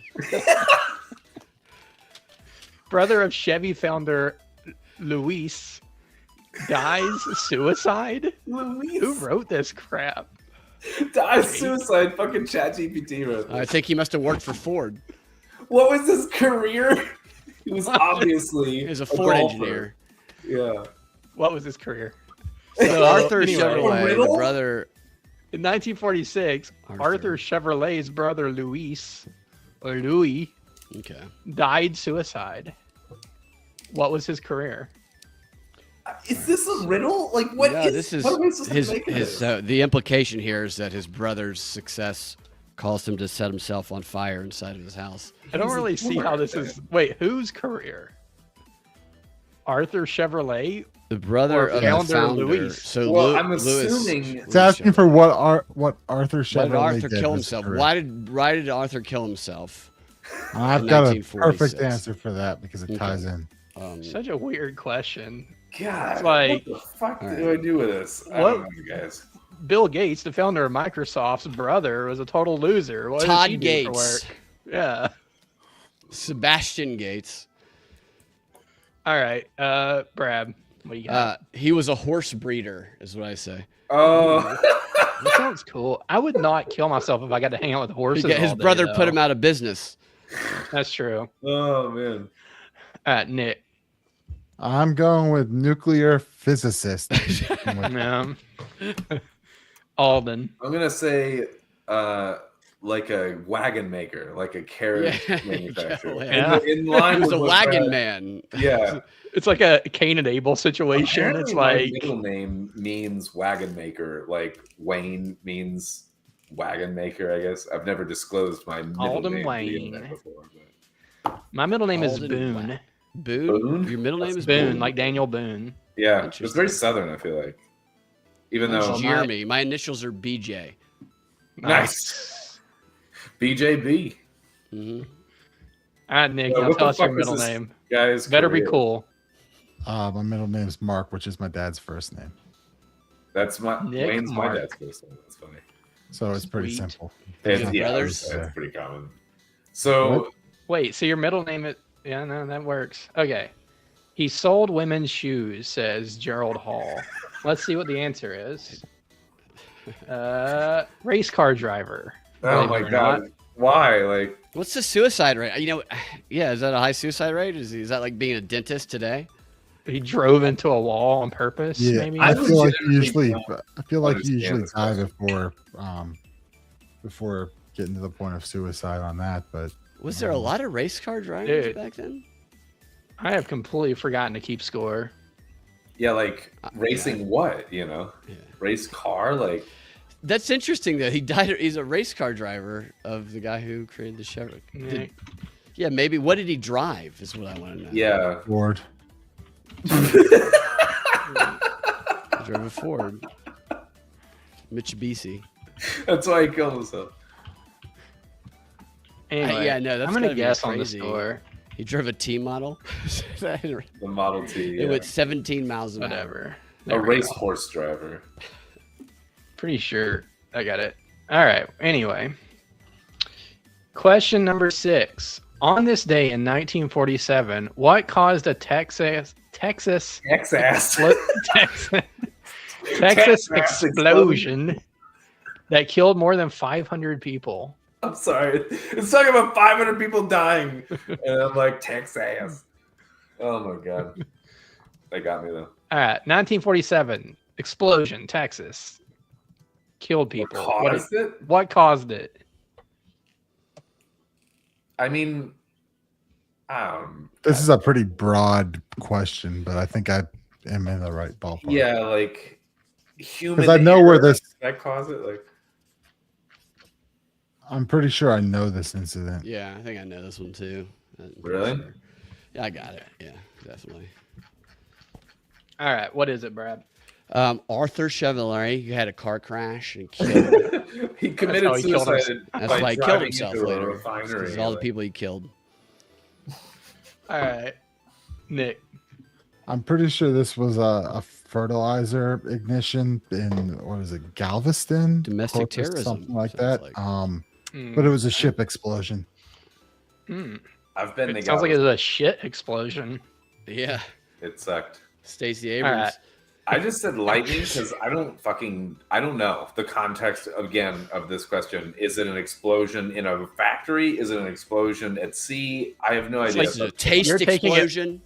Like the lightning Taste was the explosion. fuse. Fruit All right, and gushers then were invented, and they killed The audience. so many people. The audience says they let a woman run the refinery that day. Probably. and they still got the right to vote. Oh no! All right, and then Texas Bighorn cattle, which I also am going to take as a joke. So the first non-joke It's is all the farts. nitrate explosion, Oh, that could be a fertilizer. if which that's- is That would be I the. think I'm going to give it to him. No, I would give Nick them nitrate. and the yeah. audience. I'll give Yeah. anybody nitrate. Mossad blew their fertilizer up. I believe it. I'm just hearing it, and I believe it. Give them a point too. You know. Yeah, I get Or 5 wait, the points. audience is collective, so don't give them 2 points. All right, question 7. On this day in 1963, the letter from Birmingham jail was written. Just like I'm hiking out here. It's a beautiful day in Birmingham. I'm gonna write Anyway. a letter. Letter from Birmingham jail is written by whom? 63. That's funny.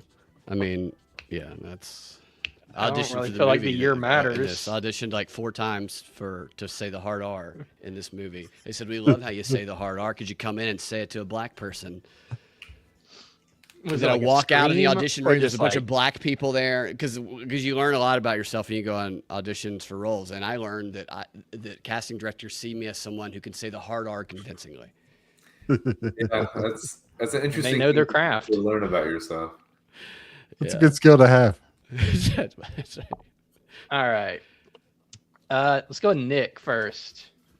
Martin Luther King Jr. All That's right, what I said, MLK Jr. What you got? Okay, Brad? Junior. All right. Well, you know what? You No, all no. got it. Except John the Lewis audience was there. The audience has James Earl Ray and Lee Harvey Oswald, which I don't know if those are Lee Harvey Oswald. Yeah, James Earl Ray and Lee Harvey Oswald. Why wrote- is Lee Harvey Oswald funny? I guess 63 is interesting with that. Yeah, it's right. So that's after Kennedy. I think that's when Field of Yeah. Dreams was written.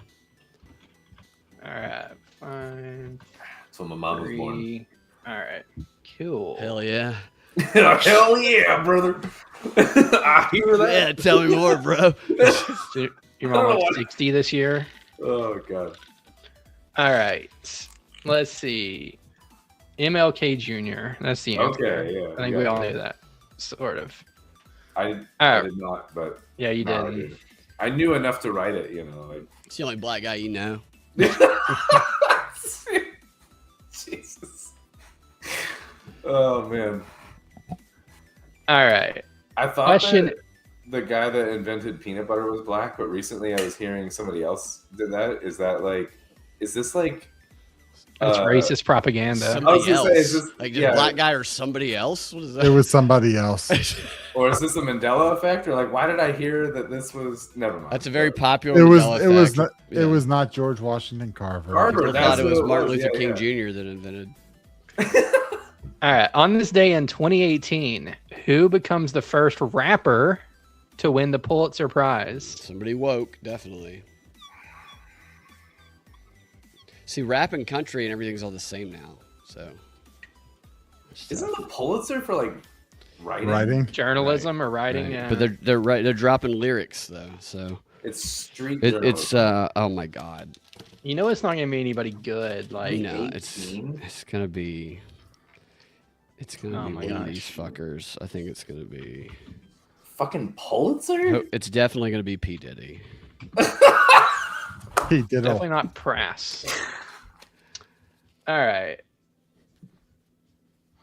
What do you got, Binkley? Jay Z. JZ. Nick. Yay. Yay. And Alden. Kendrick? All right. You're really And- throwing me with the. I don't have no idea One with the dude. It's Pulitzer. that one faggot. Yeah, what's that guy's name? Yeah. No, This one? not. Yeah. Barack Obama. Yeah. That's The audience it. has Barack Obama, That's it. Boots, which I don't know if that's a Lamar, rapper. Could be. Obama. Obama. Jay-Z. Some people said Obama. And Riley. And the answer is Kendrick Lamar. That's what I was gonna I say. got it. That's what I was Yeah, trying to come Alden up with got as it. soon as I wrote this down. No shit. And nobody like I Kendrick thought- Lamar. I thought, but I was like, yeah. Nobody can understand anything. So what I did he just win went it with for? more the era that They I not thought like that- us. They that ain't might like work. us. They not like us. No, yeah. That's Yeah. a newer Are we song than they? that. Is it about white people? Every time I not go to a being- black club, I'm like, I'm a 960 guy. They not like us is what I tell them. 2018 was like To Pimp a Butterfly or whatever. Like I think that era of Kendrick. Am I right, or is that even before then? I didn't know don't that was him. know. I've heard him exactly one time, and that was the Super Bowl halftime The Super show. Bowl when he was calling Drake a I see. I pedophile. liked Yeah. older Kendrick. Honestly, I didn't care for the. I didn't care for the material. You didn't that like he chose. Child Kendrick when he was younger? I liked 9-year-old Kendrick. Yeah. When he was spitting at birthday parties, you know. Yeah. He's on Epstein Island. Yeah, that's what he was. That's really his into. best work. Yeah. All right. Round 2. So these are worth 2 points. Hallucinogens. Oh, thank God. Yeah. Question I 1. already had an LSD question though, you know. Well, he always does a tie back. That's why. He's a callback. Yeah, The he's Pimp a trying to. Butterfly was 2015, by the way, so it was around at least the time. I had What is the primary active component in magic mushrooms? which mushroom? The magic one. No, Don't well, there's spurg many out about types. it. You're Okay. so specific. Just choose the most obvious answer. There's Al. multiple. You've got a pile of active- mushrooms on your desk right now, don't you? The most common There- one, Alden. there- Don't don't look at overthink that. it. wood box over there, you know. No, there's multiple kinds of mushrooms with different compounds. I thought. But Write them whatever. all down. Guess one. I mean, I'm gonna guess one. I'm gonna guess the most common one. I mean, I don't feel like people are going around with that like Amanita muscaria calling it a magic mushroom, even though it That's doesn't have that's the. one of the. Is that the red and white cap, right? Like the Yeah, Christmas and it has Christmas cap. muscimol in it or something. Yeah, see, there you go. That's a different. I hope these aren't compound. questions. Anyway, That's the Christmas mushroom. Yeah. That's like, see, All right. this is like where the story of Christmas is like totally fucked up and weird, and where like the whole concept of the red and white theme with Santa's outfit and everything came from apparently that mushroom that grew because it Did it grows really? under conifer trees, like Yeah. spruce trees, Christmas trees. Yeah, this is a whole thing What where did like a sketch of you telling your friend's kid that when they're like, yeah, you know what we should do to this little 5-year-old? We should just get high instead. no, You don't just need to tell buy. him you Santa's just not need to real. get It's high. based on drugs. Yeah. Check your. But for Yeah. real, Christmas used to be like a tradition where we would like get high and do mushrooms, and now it's Break about into people's houses. commercialism and sounds fake. Edward Bernays Anyway, popular. what do you got, Alden? What's your answer? psilocybin, I guess. Like it's the most Okay, common. one. Nick. Yeah, same thing. So Being- I mean, I'm psilocybin, obviously. I'm not gonna. I'm gonna say what Psilocybin. Alden says here, but I don't know how to say Alright. it. I don't know how to spell Audience it. has psilocybin too. So, and the answer is psilocybin. All right, everyone gets Silent 2 P? points. Is this a silent P? Psilocybin. Yes. I All don't right. know. I don't know either. Boom. I got the P right. I got the C wrong. Yeah. Question 2. American Indians used what cactus-based hallucinogen in their religious ceremonies? Which American Indians? Just go Which with the cactus? obvious one. No, I know what this one is gonna. Which religious ceremonies? All right. Jake's like got a bunch of cops watching. He's like, just watch Alden's reaction to Yeah. every question. In the hallucinage section. He's gonna, He'll be like, They're all "Ritual." things that Alden's probably done. So he's gonna admit to so many crimes right here. Yeah. What's the statute of limitations on drug use, though? You know. It's not 15 you're minutes. Damn it! Yeah. All right. Binkley. Peyote. Nick. Peyote. Alden. Peyote buttons, yeah. Peyote says some quack and raw meat herd. All right, so everybody gets that one. Let me add another 2 points. Man. All right. Boom. All right. Mescaline. What? Nobody got it. It was mescaline. Yeah. Yeah, but Oh, okay, wow. but mescaline is derived from No, this is correct. the peyote. Yeah. It'd be like saying, what You asked chemical me do what people the use when they fucking smoke natives weed? used. They're not going to And call you it said mescaline. marijuana. Peyote is the only thing. But I it know actually related says to.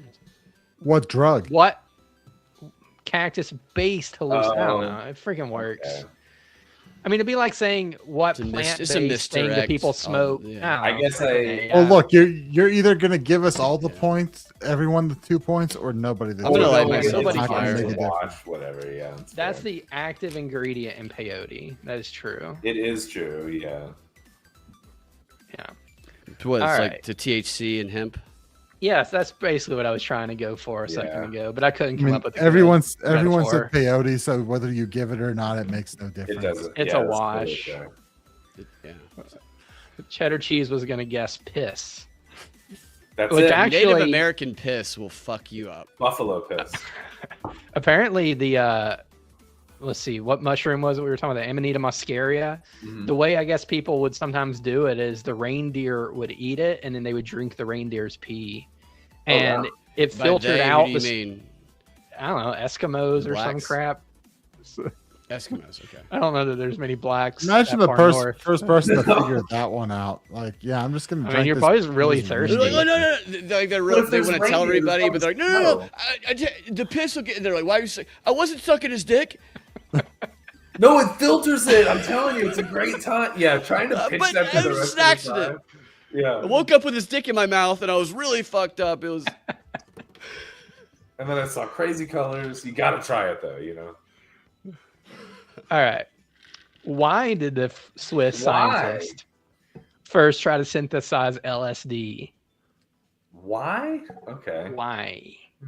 Original intent. He's probably a drug addict.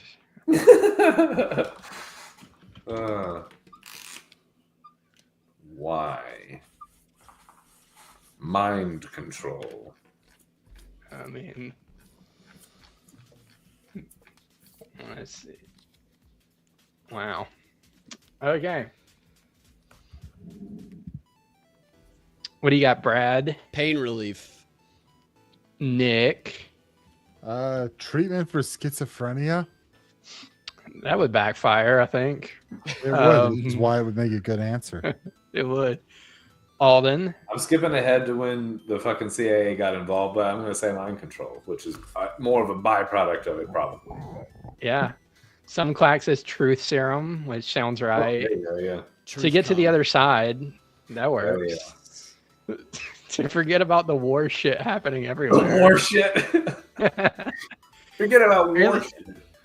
The answer is to stimulate circulation. Get out of here. So like a dick Viagra? pill? It's like a dick pill? Yeah. Or just, yeah.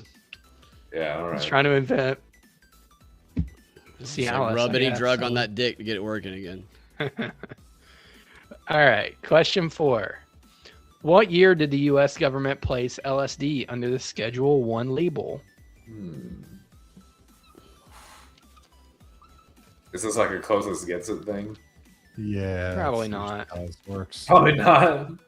Whatever Zach says. Yeah, we'll play it by ear, you know. Depends on if I like you and you get it right or what, you know. I'm going to rig it, basically. It doesn't matter. You're going to lose. All right, Binkley. 1963. Nick. 1973. Oh, wow. I went way older. I went 59. The year All right. 59? Yeah. Should we do closest gets it? How do you guys feel? I guess. I think you should do I get it. Yeah. We should just do Brad gets it. What's The audience audience say? gets it. Oh, it's 67. Yeah, because it's actually 67, you know. 68. Shit. 67. Yeah. 68. nice. Yeah. 67. Yeah. All right. So I should have said 69. I usually just say Who was 69. president in 68? Johnson? Johnson. Still, right? I think. I believe that's Yeah, correct. so if he did serve 2 terms, yeah, he must have been. all Or right. Johnson or Nixon. One, two. Either Johnson or Dick. Yeah, yeah. Let's see. Question 5. The giant monkey frog secretes God. potent hallucinations through its skin. It is primarily found in what region of the world? The giant monkey frog is. I know the answer to this. This is easy. Yeah, I mean, I feel like there's like 3 reasonable answers because Yeah, obviously no, this it's not is- here This is very or in any. This is easy. Is this like not New like- England? Yeah, You guys don't know this? I haven't seen these vacationing in Rome. This is definitely... When we say region, are we saying? Never mind. Whatever. I mean, if you I don't don't know know. this, you're definitely... I would probably retarded. accept as much as a continent because Yeah, I'm feeling okay. generous. okay. Although I don't know what the It's answer is. I probably haven't even these looked at it. those pesky Antarctic frogs, you know. Oh wow. Anywho, what do you got, Alden? I put Amazon. I am not sure about this one. That's where you bought yours. That's where I got mine. That's where I go to get my giant monkey frog That's not right. serum. It's- For completely unrelated reasons. Yeah. No, it's really good at oiling gun parts. You know, if you just like organic gun oil. Yeah. At Nick. I said Amazon also. Okay. Yeah, you guys are retarded. Binkley. East Atlanta. I'll freak out like Florida. Audience says Alabama Okay. in Swiss chemist lab. Alabama. That's it. So answer is the Amazon. Okay. All right. Is it? But is it though? Yeah. All right. Let's see. Question 6. Which famous author and psychologist conducted extensive self-experiments with mescaline and wrote the book The doors of perception.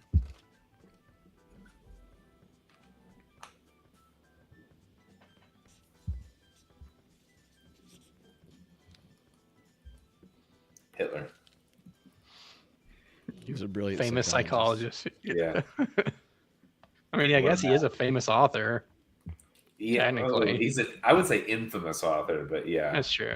Yeah. It depends on your perspective. All right, Alden. Put Freud. I'm going Nick. for the show. Leary. Ah. Binkley. I did Freud also. Is Leary a psychologist? I think. The audience Dennis has Leary? it at Aldous Huxley. Huxley Oh, was a that makes psychologist sense. also? Evidently. Is that like Brave New World? Yeah, that's Brave New Also? World. Okay, interesting. And apparently he's a mescaline user. All right. Bunch of Joe I almost Rogans. put Philip K. Dick, but then I'm like, I don't think he's a psychologist, but I think he used ketamine, actually, now that I think I thought Leary was the answer. It took me so long to figure out to get that name in my head. I'm like, I think I know this, and I guess I'm wrong. So fuck me. I'm always wrong. Fuck me always. Yeah, we all suck.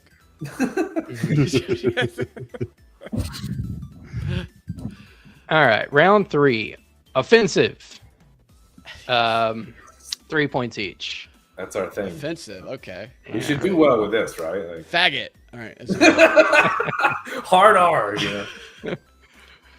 All right. Question 1. St. John's University changed their nickname from the Redmen to what? Is it gonna be worse? That would be great. The Savages. Yeah, right. Yeah, just something just equally bad. Like St. John's.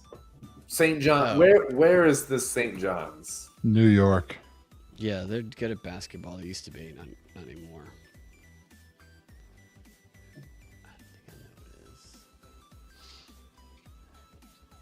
Okay.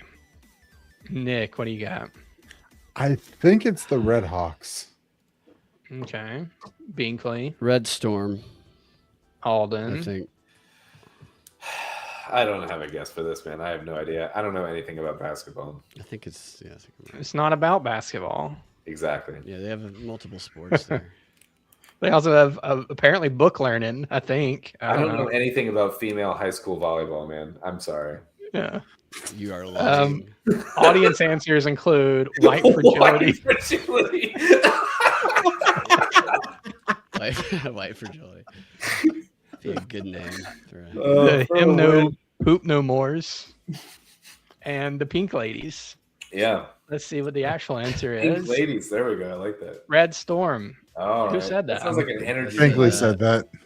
That was Binkley's answer. Nice. What did Brad say? Red what? Red Storm.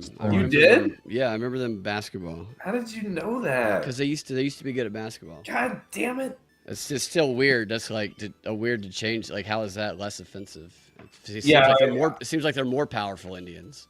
Now you just took away the concept of the Indian. You're just erasing them from history. We've already done that. That's terrible. Like, Yeah, they're like a fucking what kind of storm are we are the big red gum team. Like that's no better. I feel like most of the time when they ask Native American tribes people or whatever if they care, they're like, "No, we like it. It brings a lot of attention to us." Maybe the red peyotes. That was the shit at my high school. My high school, we used to be the Indians, and like there was conversations with like the tribes, and they were like, "Yeah, as long as you do this and don't do this, that's fine." Yep. And then even when I was in high school, they like, it came up at points like, "Oh, we should change this," and I, of course, like a normal person, was like, "No, we're not fucking retarded here." Yeah. And then the George everything Floyd I've thing ever heard. happened, 10 years after I graduated. And then within a week, they were like, "We're no longer the Indians." We're the Floyds. It would be funny to go around to high The school Red Floyds, with yeah. like normal mascots, and then finding a way to convince them that it's racist, like the Broncos. Yeah. It's just like, yeah. It's the most racist thing ever, and Yeah. get them to change it to something else, and then also go back and be like, that's also really racist. That sounds like a video you need to make, Brad. Maybe. Yeah. All right, question 2. The Broncos are. Which NBA team changed their logo, removing the Indian in order to not be offensive? Jake hates Indians. Jesus. Which NBA team had Indian? Join the Dollar Media Club and the Discord if you want to hear Jake rant about Indians and his hate for them. PeacefulC.network. I do remember a team changing their name. It's funny how many sports teams. Well, they changed their logo, not necessarily their name. It Changed says. the logo. Okay. Oh, nice. Yeah. Moving the Indian. They just removed the Indian from their logo land. Every. It's funny how many sports teams are centered around the concept, though, of American Indians. Okay. Yeah, I think I know. All right. Alden. Is this the Cincinnati Reds? Or am I just making this? That's That would baseball. be a baseball team. So. What did I say? Oh, it's Indian. Jesus Christ, I can't keep track. I even Nick. Shot in the dark here. I'm saying the Golden State Warriors. Yeah. Okay. Binkley. Say the New Orleans Indian Givers. It is. frustrated with this that I'm like, I just read the question fucking totally wrong. The audience guesses the De La Croix Pakistanis. That's almost worth a point. It's incredible. It is the Golden State Warriors. Oh, nice. Okay. All right. I don't know this old logo, but Honestly, I think it's anybody's game on this last one. because we're all fucking retards. Sort of. Yeah. No. So Alden and Brad could tie. For Nick could last, win, and or- audience could win. I mean, no, you could We tie can't for even first. win. Well, one of you has to lose, but one of you could tie. I don't know what we do in a tie. I guess I'll come We up with go something. to the question that's completely subjective on what you want, like Jake's Like, doing. what's your least favorite race? I think the triathlon is my least favorite race, actually. Because who wants to like get wet balls and then keep going? It sounds awful. Actually, I don't know if this is the last question. Isn't there like 4 questions now? There's 4 questions. So never mind. Take back all that. Anyone could still win. Fuck. All right, question Get it back 3. over here. The Stanford University Cardinal had previous mascot called what? Is every question about schools or sports? Like, I don't give a shit. Stanford Cardinal. Yeah. So it must have been racist before, maybe. Also, I feel like this is on caveman mode. The Stanford University Cardinal had previous mascot called what? Yeah. This whole ChatGPT question, like, who gives a shit? Stanford. I mean, I'm guessing it's just Jake being in a hurry on a day he can't do the podcast. I'm assuming that's throwing what it together for us nicely anyway. Yeah. But let's roast him over it anyway. This is easy. All right. Binkley. Stanford University MK Ultra subjects. Nick. Redskins. Redskins. And Alden. The Savages. Oh man, it is actually way tamer. It's your Indians. guy. Oh wow, yeah. The Stanford, they were the Indians. So Yeah.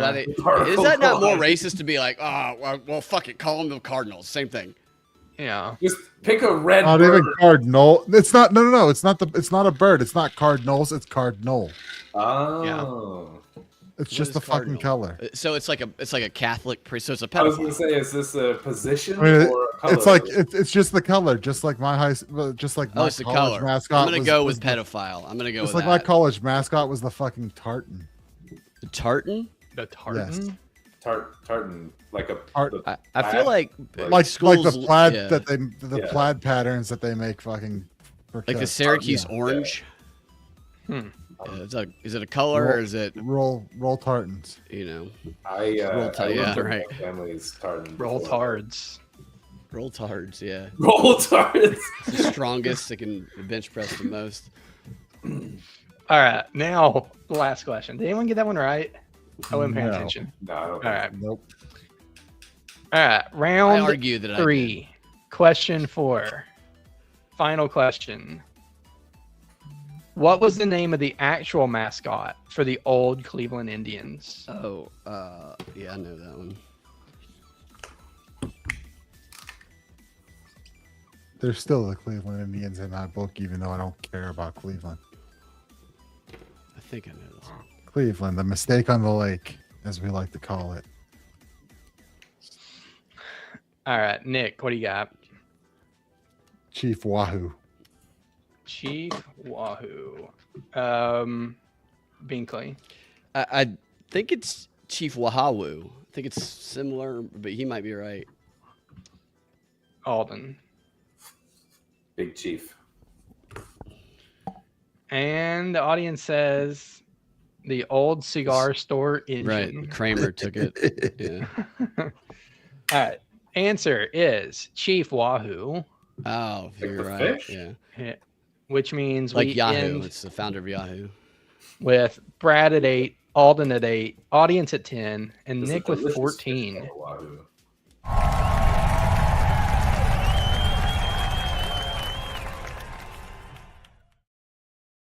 Yay. Was that real It's been picture? a while. It's been a while since I had a win, so I'm quite happy with that. I'm It glad hadn't been you're long tickled. since I had a last place finish, so I'm happy with that as well. Yeah. it's- Tied for last. Right. Yeah, we tied for that. Oh, But I did don't we- have any did drugs we on my end up desk. time for last? Yeah. All right. So what are we moving into now after that exhilarating round of failure? Let's The see. Stop Nick So I guess Shirley Act. Oh, We've yeah, the already Stop used, Nick like, Shirley Act. all of our time, so let's go fast to these last All right, we'll go ones, but- rapid. We'll come quick, like, Yeah, like Swalwell. like Swalwell. That's right. What comes around. Comes Let it- around. All right. What comes around comes around. Gross. The Stop Nick Shirley Act.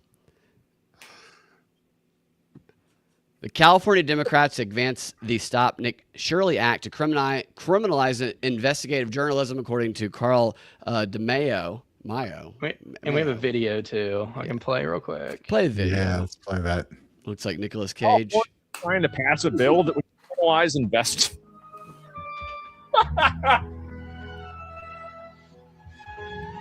Oh my! I mean, guys, at a certain point, it's got to be funny, right? I mean, like, what are we doing here?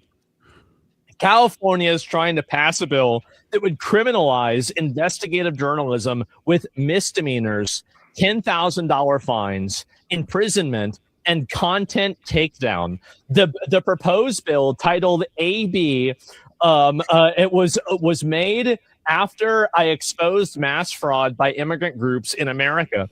And here's the other thing is that, like, I don't give a fuck if they're immigrants. If this is the most white bread, wasp, blue eyes, blonde hair, Aryan motherfucker that came from Germany in the year 1540 on the Mayflower, I still want that piece of shit in jail if he's scamming money. Duh. Of course. Like, it's got nothing to even do with that. Like, if it's one group of people doing this, yeah, you should look at it that way. But, like, there's no ownership of this. It's bad no matter what. Seeing it to be shut down? Yes. Under AB 2624, government-funded entities like the Somali Learning Center, daycare centers would be protected from being exposed if they operated inside of California. The enemy truly is within. When our politicians would rather protect fraudsters and illegal migrants, it's time for us to stand up or face mass oppression from traitors who, quote, rule over us. I want to let you guys know that I completely support Nick. California is trying to pass a bill. Okay, so that's interesting. I haven't read that bill. And I don't. So my first question with something like that is, while the sentiment he expressed I agree with, is does this bill actually do what the right-leaning characterization of it says it does? And because anything, Nick Shirley, some of the stuff that he's done He's done it in California. He's done it in Minnesota, and he's taken things out of context that has exploited his viewers' lack of knowledge about what the actual law is there to tell something that isn't actually true. Now, I'm not saying that means that of all of his work, but that tells me that he either didn't know or he's more about clicks. So whenever I see something related to him, I hold judgment until I can know a little bit more about the bill. If what he's saying is true, then yeah, those Somali and all that stuff should be scrutinized. But so, Nick, what's your first impression of this? Yeah, I briefly caught this. I think I meant to throw it in the thing. I meant to go back and research it more, and it ended up on our card tonight anyway. Regardless of Nick Shirley on this, right? It is a big question on what the bill actually says, but let's take it for face value. If the bill is saying, yeah, you can't go, look in the public records and see who's getting paid through taxpayer funded programs, and then film yourself going up to that business and seeing if it's a legitimate business that's doing what it's saying. And if you do that, you could be fined or imprisoned and your videos can be taken down. That's a big problem. Yeah. So that's the claim, is that effectively you can't approach protected classes in organizations with a camera rolling and try to find out the truth. Zach, which as long as you're on public property and do it right. I mean, you go onto their property that that can be trespassing, but as long as you're on public property, you can stand outside on the sidewalk all you want and record and say what you want. That's interesting. So the language of the bill, I would want to look for that right there. Actually, is the public property versus so is there a differentiation? And these bills are so long sometimes, so a few people actually go through all of the details. But I'm not familiar with it enough to know. But what do you think, Zach? Not knowing anything about the specifics of the bill either, my hunch is just that it's less to do with Nick Shirley or any individual and more to do with protecting the interests of like the media organizations in California. So, I think that like the attitude in government and lawmakers tends to be, let's trust CNN, let's trust the evening news. These are the real reporters. You didn't go to journalism school. So it doesn't matter if it's a right winger, if it's a left winger, if it's just like you and me goofing around. They don't think that should be done. And it's like, well, that's a job for Levin Alive. That's not for you to do. Mm. It's like a continuation of the COVID narrative of like, don't do your own research. Like, right. Get rid of the alternative sources of information. Alden? I mean, I can't speak to if this is, again, at face value, if this is saying this, then, I mean, total bullshit. And there's other laws that should protect against this on even like a federal level of just like what Nick was saying with like the public lands and things and being able to, and it's real bad optics. Like if this is what you're actually trying to do and say, again, if this is in fact what this bill would do and prohibit and whatever, then it makes you look real dirty, real guilty. I think if you are trying to be like, we don't want our citizens to ask questions and look into it, and if you do, you get $10,000 fine. It's like Canada being like, you're going to get fined $50,000 for going in the fucking woods or whatever. Before it's like, this is insane. Like, anti-Semitic posts is what they're starting to censor, trying to censor stuff like that. Something they can claim as anti-Semitic, and definitely Canada, and I think maybe in California. California is like a testing ground for stuff like this, so it wouldn't surprise me if there was something to this. Yeah, it's not actually called the Nick Shirley Act, right? That's just what the Democrats are just calling it the Nick Shirley Act. It's not who's calling it that? I'm guessing that's what Nick Shirley's calling it. It probably is good branding for him, for sure. Yeah, because like that name of it, having it referenced as that, because it definitely triggered the bias in me to step back. Maybe that's a good thing or a bad thing. I don't know, but that's interesting. I would, they do all this stuff in California. Just see what works, and then, which is kind of why I'm surprised that they wanted Swalwell out of there, because he would have played ball in all of this. So, who do they want in? Speaking of Swalwell, should we move on to the drunkard of the week? Let's do it. Let's see. Let me just make sure we don't have any. Yeah, I think we're good. Let's move on to that. Boom. Trump. Okay, the intro's in there. How do I do this? Whatever. Here. Not fucking drunk. Long my teeth are blue.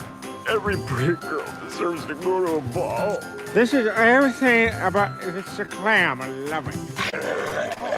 I gotta be honest with you, I feel like I'm a little bit too drunk to stand up. On Wiedersehen, asshole. I'm drunk right now. Yo, I got a point to set. Look at these water fountains. Why are the water fountains always attached to the bathrooms? That's because that's where the water lines are, you fucking retard. Buddy, I'm sorry. I apologize, actually. I'm sorry. But I just don't think... You're probably just not all there. And it's all right. I love you for that, though, pal.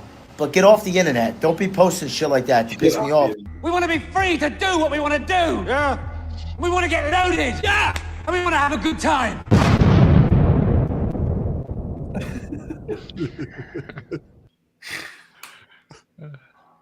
Anyway.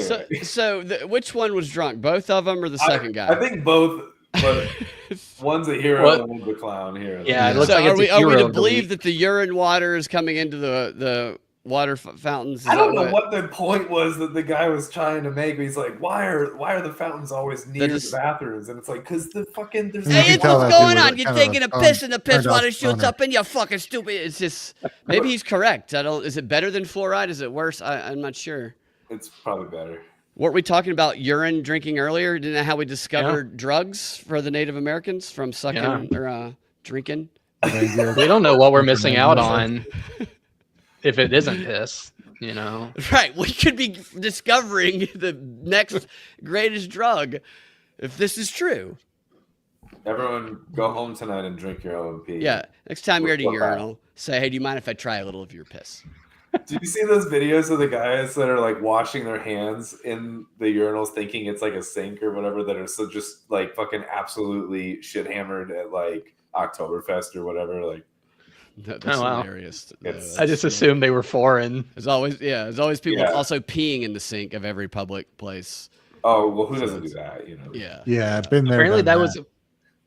Well, how dare you? Apparently that was a big thing at Georgia Tech. I had friends who went there and their roommates would be from countries where they had never seen American style toilets before, and they would like squat on the top of the tank and all sorts of stuff, not knowing how it worked. On the sink and they eat the urinal cakes like free food. And they got into Georgia Tech, and you know, What country no way I would have. did they hail from? Like, how It was different? an uncontacted tribe. Yeah. One without plumbing, I guess. I wasn't gonna mention it to avoid looking racist, but yeah, it was definitely like India East or Sri Atlanta. Lanka. Yeah. Yeah. Yeah. So Atlanta is I went to this place called, what's it called? It's Curiosity Way or Curiosity Park, which is in like Peachtree City. Curious Park, yeah. But should be by Curious Park. But you go in there. We were trying to find it, and this hotel employee who was cool, he was like, "Why are you guys looking for that?" He's like, "It's so weird and creepy." And he was like, "I don't even know what's That's real." the anymore." smart city thing, right? Yeah, the smart city thing. And he showed us where it was, and it was like 1 a.m. And so we rode around there to it, expecting there to be security guards and stuff. And there was no security guards, and you could walk up to around the buildings and just look in the windows, and there's all these weird structures. It reminded me of Severance, everything about it did. And then I was fully expecting to be confronted by a security guard because I've done this kind of thing a lot. And if I'm not arrested, I'm confronted by a security guard. And this time, neither happened. And then I went back and I started looking on the website of this place, and I was like, oh, they want people to come do that because they're probably getting biometric scans of your face in the windows. And they brag about how there's all these everywhere. There's more data gathering sensors and drones just collecting things. And yeah, they're not going to run So you you off. fell for the trap. I fell for the traps. Exactly right. I don't know what that had to do with what we were talking about, but we ate the urinal cakes is what I'm trying to say. They're just going to send a drone to your house Good start to later. the day, yeah. Yeah. All right. So we have the wrap up here. I think the wrap up is where people just get to talk about whatever they want. So, all right. My parents are dead. Jeez. I mean, that's true. Is it true? Yeah, that's true. It's true. He's right. It's not new news, but I have a dark sense of humor. Tell us your darkest secret, Alden. My darkest secret? Yeah. I already told you where I keep my mushrooms. What happens after they're consumed is what we all want to know. Could you just I point to mean- that little house behind you? Yeah, so we that's can little see if we zoom in, we can looking see box. Alden's screen on the reflection of his mirror. So there's no telling. I was gonna zoom in on Alden. I realized I don't even know how to do that. There we go. Look at him. Oh yeah, no, my personal information is in the reflection. Yeah, I'm gonna give it a curiosity part. I But think no, my that's, darkest secret I don't even know because I forgot it because that's how I am. It doesn't even matter anymore because we have people like Eric Swalwell who can go and get elected despite everybody knowing that he Yeah. jerks off on your sister while she sleeps. My darkest secret, it's a victimless crime, so I'm not worried about it. Right. Yeah, no. Well, you don't really have to confess. It was. Nick, you got Sometimes anything I you eat want to wrap cereal up with? without milk, sorry. I think the big thing to be pushing right now, because it's coming up in about a month, would be the LP National Convention. I'll be there. I think some of us will be there. We'll be podcasting, having a good time. For what a good time could be with LP business involved. But I believe Thursday night there's the Mises Bitcoin Ball, MisesBitcoinBall.com. Delegates get a discount from my understanding. It's got speakers like Lynn Alden and Lynn Albrecht and I was gonna say what? Keone Rodriguez, his wife, and other people, and who knows what else is Alden going to happen speaking. before there. Speaking? Then there's the Rage Against War Machine, which I think is happening Friday night. Rage Against the War Machine 3, and then What I is think that? there's Rage Against the War Machine 3. Just an anti-war rally. I think it's the third one that's happened. I think Dan McKnight from Bring Our Troops Home will be there, and Scott Horton and other good people. And then Enemies of the State Ball is another night, and that would be, let me tell you, because I have some information on it. Let's see. So is everything you're mentioning at the convention, or is this separate? Yes, stuff? yes. Okay. I think Rage Against War Machine may be free to get in. The Bitcoin Ball there will be a fee, but it will be a lot cheaper if you are a delegate. Let's see. Enemies of the State Ball. Let's see. Mark Edge will be the MC. Eamon Bundy, Afro Man, Aaron Day, Bonnie Freeman, Lynn Albrecht. I mean, we're looking at a pretty good lineup there too. That's So- Ross Albrecht's wife. Is that who that is? Mother. Oh, his mom. What, is she hot? Sure. Is Ross not going to be there? I'm guessing Ross isn't doing public Yeah, appearances. I all that wouldn't. much. I wouldn't if I were I him. wouldn't if I was him. I would just Yeah. go build my life. But Yeah. but his mom will be there, and cool. I mean, and Eamon Bundy from the Bundy Ranch standoff. Oh, interesting. Yeah. That'll be pretty sweet. Yeah. Sounds like it'd be fun. Are you guys the types of people to have a favorite Rage Against the Machine album, or are you like don't give a shit? Not really. Yeah. Do That's you? Okay. Yeah, but You can tell now us. it's not cool because You can open up about it. You can tell Even about Yeah. fire, Tell us about the Yeah. Fuck it. Yeah. Is there an autist orgy at any given on the nights? An artist, that would be a spectacle. I'm sure you can find one. I mean, it's in Justin Amash's hometown. Just look. Oh for yeah, that's cool. Interesting, and that is in Michigan. Is that correct? Grand Rapids, Michigan. Okay, very cool. And how much does everything cost? I mean, you can show or a up, website. not I'm just pay putting the anything. website. Show Why up don't for you tell us free. The Mises Bitcoin Ball, MisesBitcoinBall.com would be pricing's on there.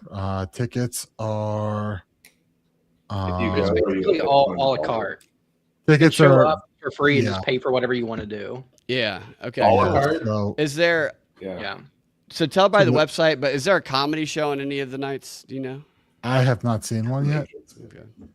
Bitcoin Bash is $120, but if you are a delegate, I have been told it will be less.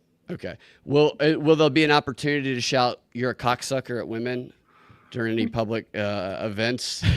People are speaking. I'm During sure that convention. can happen all the time. Yeah, I'll That's never always forget in that. order, and that's always in order, and never debatable. Yeah, that 2024 one was crazy for sure. That's what I'm thinking about there. You gotta All right. make the trip up, Binkley. I'm thinking about it. I'm thinking about maybe going. It might be fun, and it's got about a month to decide. So maybe we'll see. It'd help if Nick, can you get connections to get Brad doing comedy? Oh, there you go. If there's a show already going on that I could get on, then I would come up. But if there's not one going on, I'm certainly going to do it myself. I am not sure of a comedy show going on, but I'm wondering if I can find a spot. Yeah. Let me know what info you guys got. I'm going to look into it, but I'm definitely considering coming up because I had a great time with the chaos of the one in 2024 for sure. Zach, what do you want to close out with your final thoughts? Don't really have a ton of thoughts. Didn't know I was going to be on the show today, so didn't think about anything. I haven't thought about anything for the last 8 months or so. That feels nice. Also, yeah, I haven't slept through the night in 8 months. Yeah, I bet. So I don't know. Just check out banishedbigbrother.com. Sure. Go to banishedbigbrother.com/Discord. Join us in the chat there. That's the nonprofit that me and Elizabeth Melton started, where we're raising awareness and fighting back against the surveillance state, things like the flock cameras and the school zone speed cameras and all the stuff that's like happening locally. It's not all Curiosity Park. Yeah. Well, yeah. Smart cities, like Elizabeth did make a smart city documentary, which, and I think she interviewed you, Brad, for her next documentary, which is forthcoming. Looking forward to it. Yeah. So go check out all that. Check out the website and check out the Discord and come join us. So we got, me in there, Elizabeth Melton, who, is kind of the brains behind all of this. And then we've assembled a really good team too, where we have John Padfield, who's from the YouTube channel Business Reform. He has a lot more followers than any of us somehow. And he was at the Great Create, wasn't he, speaking? Yeah, he was at the Great Create, and he's a former Indiana State House rep and I believe a professor, perhaps. And he's on the board. And then Mike Meharry from the 10th Amendment Center, and then a guy here locally who's a lawyer and a county councilman named again, I haven't slept in 8 months, so I'm gonna blank on people's names who I talk about all the time. It's Charlie Chaplin. It is Charlie Chaplin, but yeah, Zach has an 8-month-old baby. For those who are coming from my show, that's why he hadn't slept in 8 months. But yeah, just check that out. That's my plug. But other than that, nothing really else to talk about. It's fun talking to you guys and being back. Yeah, it's always fun getting to hang out with you guys. I believe I don't know if this is the last week I'm guest hosting. It might be one more down the road, but it's been fun getting to talk to you guys. You guys are a lot smarter than me, and you put up with my bullshit, so I always appreciate that. And, we love your bullshit, and I think I tied with you for dumbest, actually. So fantastic. It's good not to be alone, Alden. I love having someone right alongside me as dumbest. Yes, perfect. Yeah. So thanks for having me. And Propaganda Report podcast is my podcast, and you can search that, and you can find at Freedom Act Radio on X, links in bio, no feet pics, and I do a subscriber-only show with Austin Picard and Sam Tripoli called Whatever This Is. You can get that on patreon.com/propaganda report, subscribe to the lowest tier, or propreport.locals.com. We do that about once a week. It's a conspiracy deep dive, and it's retarded fun. So thanks for having me, guys. It's a great show. I've listened to every episode. I love it. People should check it out. It's so much fun. And I got a question. I know you've been going on to some comedy shows. You opened for Sam Tripoli, and you've been doing others here in Atlanta, right? Is there anywhere people could come check you out, or is that not? Well, yeah. So I go a lot of the mics around town. My buddy is opening a theater. It's called Relapse Theater. It used to be opened years ago, and it's reopening, and it's kind of near Castleberry. It used to be called the Limelight Theater, and I'm going to be most likely hosting a mic there, but it's not open yet. It should be open soon. So I do go around to a lot of shows, but it's kind of last minute. So if you listen to my show, The Propaganda Report, I'll typically end my show and then tell people where I'm going that night if I am going somewhere. If I have a show that is more promoted and organized, I will definitely share it on Instagram /propaganda report is where you'll probably see that. So if you want to check that out, but if you just want to come to an open mic, which are, kind of crazy sometimes, like I went to one last night that was really crazy. It's just like a bunch of loud music and you're just, you abandon material. And for me, I just call the people in the front row, they look like because they're like, we do cocaine. I'm like, only off of other dudes' dicks, right? Because they look like a bunch of Tyler Robinsons in the front row. And so a lot of open mic stuff is just trying to see if you can get the crowd. But if you like that kind of thing, then listen to my show and I'll tell you where I'm going. Thanks for giving the opportunity to promote that, Zach. I appreciate it. Zach came to the show with Sam a couple weeks ago and it was fun. It was good. I honestly, I'm like 2 hours away and I wanted to go to that, but. Okay, number one, I'm not just blowing smoke here, but you were hilarious. You and Josh together, super hilarious. And then Sam killed as always. And I feel like it is the most jokes per minute I've ever heard from any comedian. It's just, he talks so fast. And yeah. Sam's a pro, dude. Sam's really good. I remember the first time I saw him live. Yeah, he's I've learned a lot from him. And I was honored to get to open for him. And always get cool. Josh to do. Me and Josh we've done a lot of improv together for over a decade, and so my friend Josh, for those listening, I have him come on to play Trump at the end of my sets. I was gonna say, is this the guy that did Trump back when we did the election? Yeah. So we've done some events around the country, and I always end my set with I'll set it up where it's something.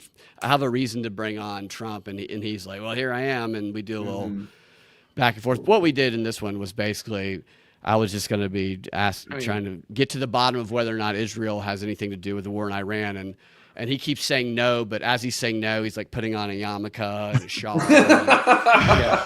And it was so good. And when you brought him up, I'm like, I don't know how this is going to go because Trump's not super popular right now. I know. That's what we talked about that. Totally. But you killed it. It was so good. The way you guys approached it. I think you should do it again sometime. Definitely. Yeah, that's always a challenge with it because his popularity among different groups, it goes up and down. But this was the most volatile because that crowd definitely, Sam's audience, not huge Trump fans. So it was what can we do? Where he's just gaslighting. Okay, he's Jewish basically, and he's just gaslighting us about it, but charmingly so. Charmingly so. Yeah, he's one of the best Trump impersonators in the country, in my opinion. Josh, he was good. Yeah, I had a good time with him. Yeah, it was fun at the studio down there. Yeah. We'll have to do it again. Yeah, we could do a show live for you guys in Georgia. You can come down there and we get access to that. We'll do another one. I would do that. I was there. Yeah. Hell yeah. I hate going to Atlanta, but every time I do, I have a good time. I just hate driving around there because fucking people.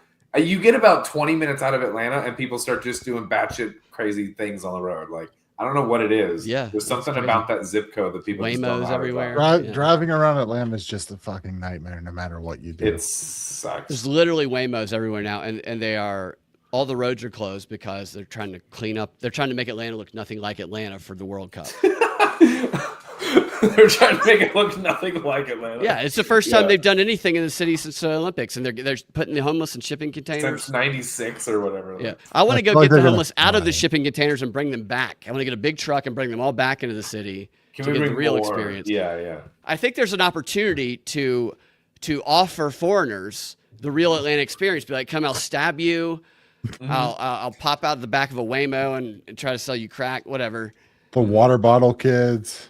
Totally. Everything. It's going to be crazy. So what we're doing, though, and I think I told you guys this, I just want to remind people, we're going to be going down there and we're going to be giving free drawings of the Prophet Muhammad out to any of the Muslims who are coming into the city. Let me know how that goes. I'm not going to do it. I'm just going to. Were you going to do that at the airport? Yeah, exactly. Yeah. All right. Let me know how many stab holes you get. Well, how many stab holes? Yeah. It's pretty all right at the airport. Yeah. You're going to get a new front hole. Yeah. Let's stab a front hole into me, bitch, is what. All right, we should get out of here before we just go off. All right, we got a few funny things. Let's just do these rapid fire. All right, here goes. Is there any audio?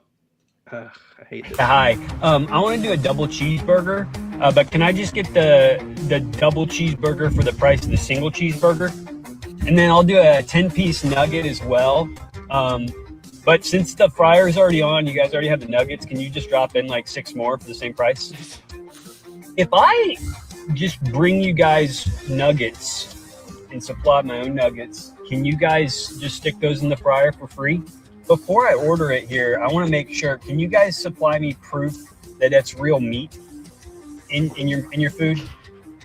And then if I don't get full after I eat the food, you guys give me more food, right? For free?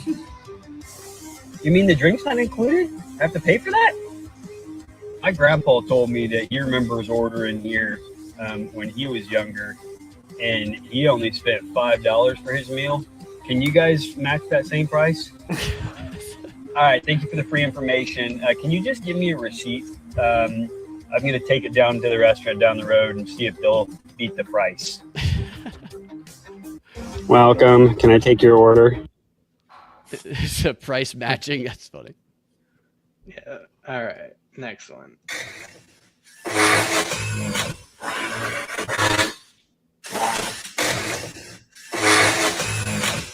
Guess that's it.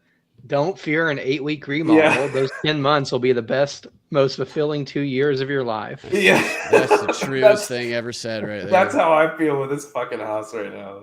Yeah. You watch a God video on how to do something like this, and they'll just do all these cuts, and it's like, oh, I can do this in an hour, and then it never works out that way.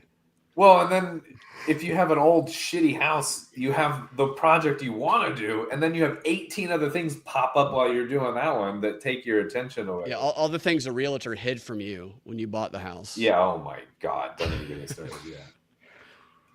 I'm gonna lie, I pay zero attention to gas prices. Like, what am I gonna do about it? Walk? People treat gas prices like it's information I can use. Like, hey, did you see gas went up again? Okay, and I still need to be somewhere. So that's it. Yeah, until walking everywhere becomes a realistic option, I'm not emotionally engaging with gas prices. Okay, I'm participating and moving along. I don't think gas prices are even real. I just think they move them around. Yeah. I think it's just a way that they make more money on it. I know that it's like a tactic around elections. Yeah. If the gas is up 50 cents, which is a ton, that's $10. Yeah. I got energy to spend elsewhere. Yeah. I like how he said emotionally engaging. I'm not emotionally engaged. Have you seen gas prices? No. No, I haven't. Yeah. Yeah. You still got to go somewhere. You still it gotta go doesn't matter. somewhere. I Yeah. still have to go. I'm going to be mad about it, Yeah. but I still have to be there. Take me out of that conversation. Yeah. Yeah. I mean, fair enough. It's true. Yeah. Sometimes I don't even look at. You can tell by the final cost of it. You're like, oh shit, that is more. Yeah. Yeah. Do you guys think it's gonna go up with the whole fucking Iran thing? Like, do you think Oh, it's I'm gonna sure be... there's room to go up. Yeah. I do. I love that Trump, he did the State of the Union address where the gas prices have never been lower than like the next day. Yeah. The Iran thing, they shoot skyrocket. Yeah. I liked it. What I did a long time ago is I hoarded it, and so I go to gas stations and I sell at a little bit of a lower price, black market. Sell it to them. Yeah, you got a little profit scheme. Yeah. For the That'd be women a that funny watch this sketch. podcast, first of all, let me just say you look beautiful. Second of all, you might not know this, but I do this, and it seems like Mark might do this. Sometimes when we're peeing and we think you could hear, we pee into the porcelain, so it's not as loud. It's true. But also then while we're peeing into the porcelain, we're feeling a little insecure that you think our stream isn't good. So at the end, we do a little bit just to show you we still got it. Isn't that funny? Yeah, people, that's one of those things that is a human nature thing that you don't learn and you probably don't talk about. Those are fun bits when you say something like, oh my gosh, I'm not the only one that pees onto the porcelain when a girl's watching, but then also pees into the toilet so they think her dick is big and we're worthy. It's so true. And if I have to shit and when a lady's in the room, I'll shit like 6 seconds. I'll force it out and I'll wipe my ass and throw it on the wall and come back in. Because you don't want her to think that you shit long. Exactly. Or shit at all. Yeah, that I don't connect to. Oh, you don't want to be shitting on a hot date? I need to be able to be myself on a date. I mean, need to. shitting is a little much, don't you think? I shit. We all shit. So does she. She's not going to take a dump on the coffee table. You don't have to take a dump on the coffee table. All right. And you don't have to. I tend to go to extremes. I noticed. You know what I'll do if I have to go poop? If I'm with a lady and I make it obvious that I don't have to really make a phone call, I go, I think I might have to go upstairs and make a phone call. And then and when they go like this, like got it, like it's a poop, and then I go and I might take a shit while I'm up there. Oh, you dip the toe in the water, you get a laugh on the shit, you know, okay, I could probably be hard with this person. Oh, that's good. Because if I can't fart around you, I can't fuck you. Eleanor Roosevelt. Was that Confucius? You didn't hear me. If you had the headphones on. What'd you say? I said Eleanor Roosevelt. That's even better. For the women that watch comedy. It's funny. Yeah, it's funny. I love when he said that I don't relate to. Yeah. Mark Norman. He's hilarious. He has a new thing on YouTube where he does a set in front of an entire Gen Z women crowd. That was so and like funny. half of them are like egging him on, like, yeah, go darker, and the other half are offended. It's like, yeah, they're self-hate. So they liked it, a lot of them, but they didn't want to admit that they liked it. And you could tell because they'd laugh and they'd try and repress it. The optics of like, how would it look if I enjoyed myself through this? Yeah. And then a guy comes out like in a hazmat suit and he asks them what they like and didn't like. And then I think some of them just lie about it because some of them were genuinely offended, but others were like, it's like you were laughing pretty hard at some of these jokes. Right. Yeah.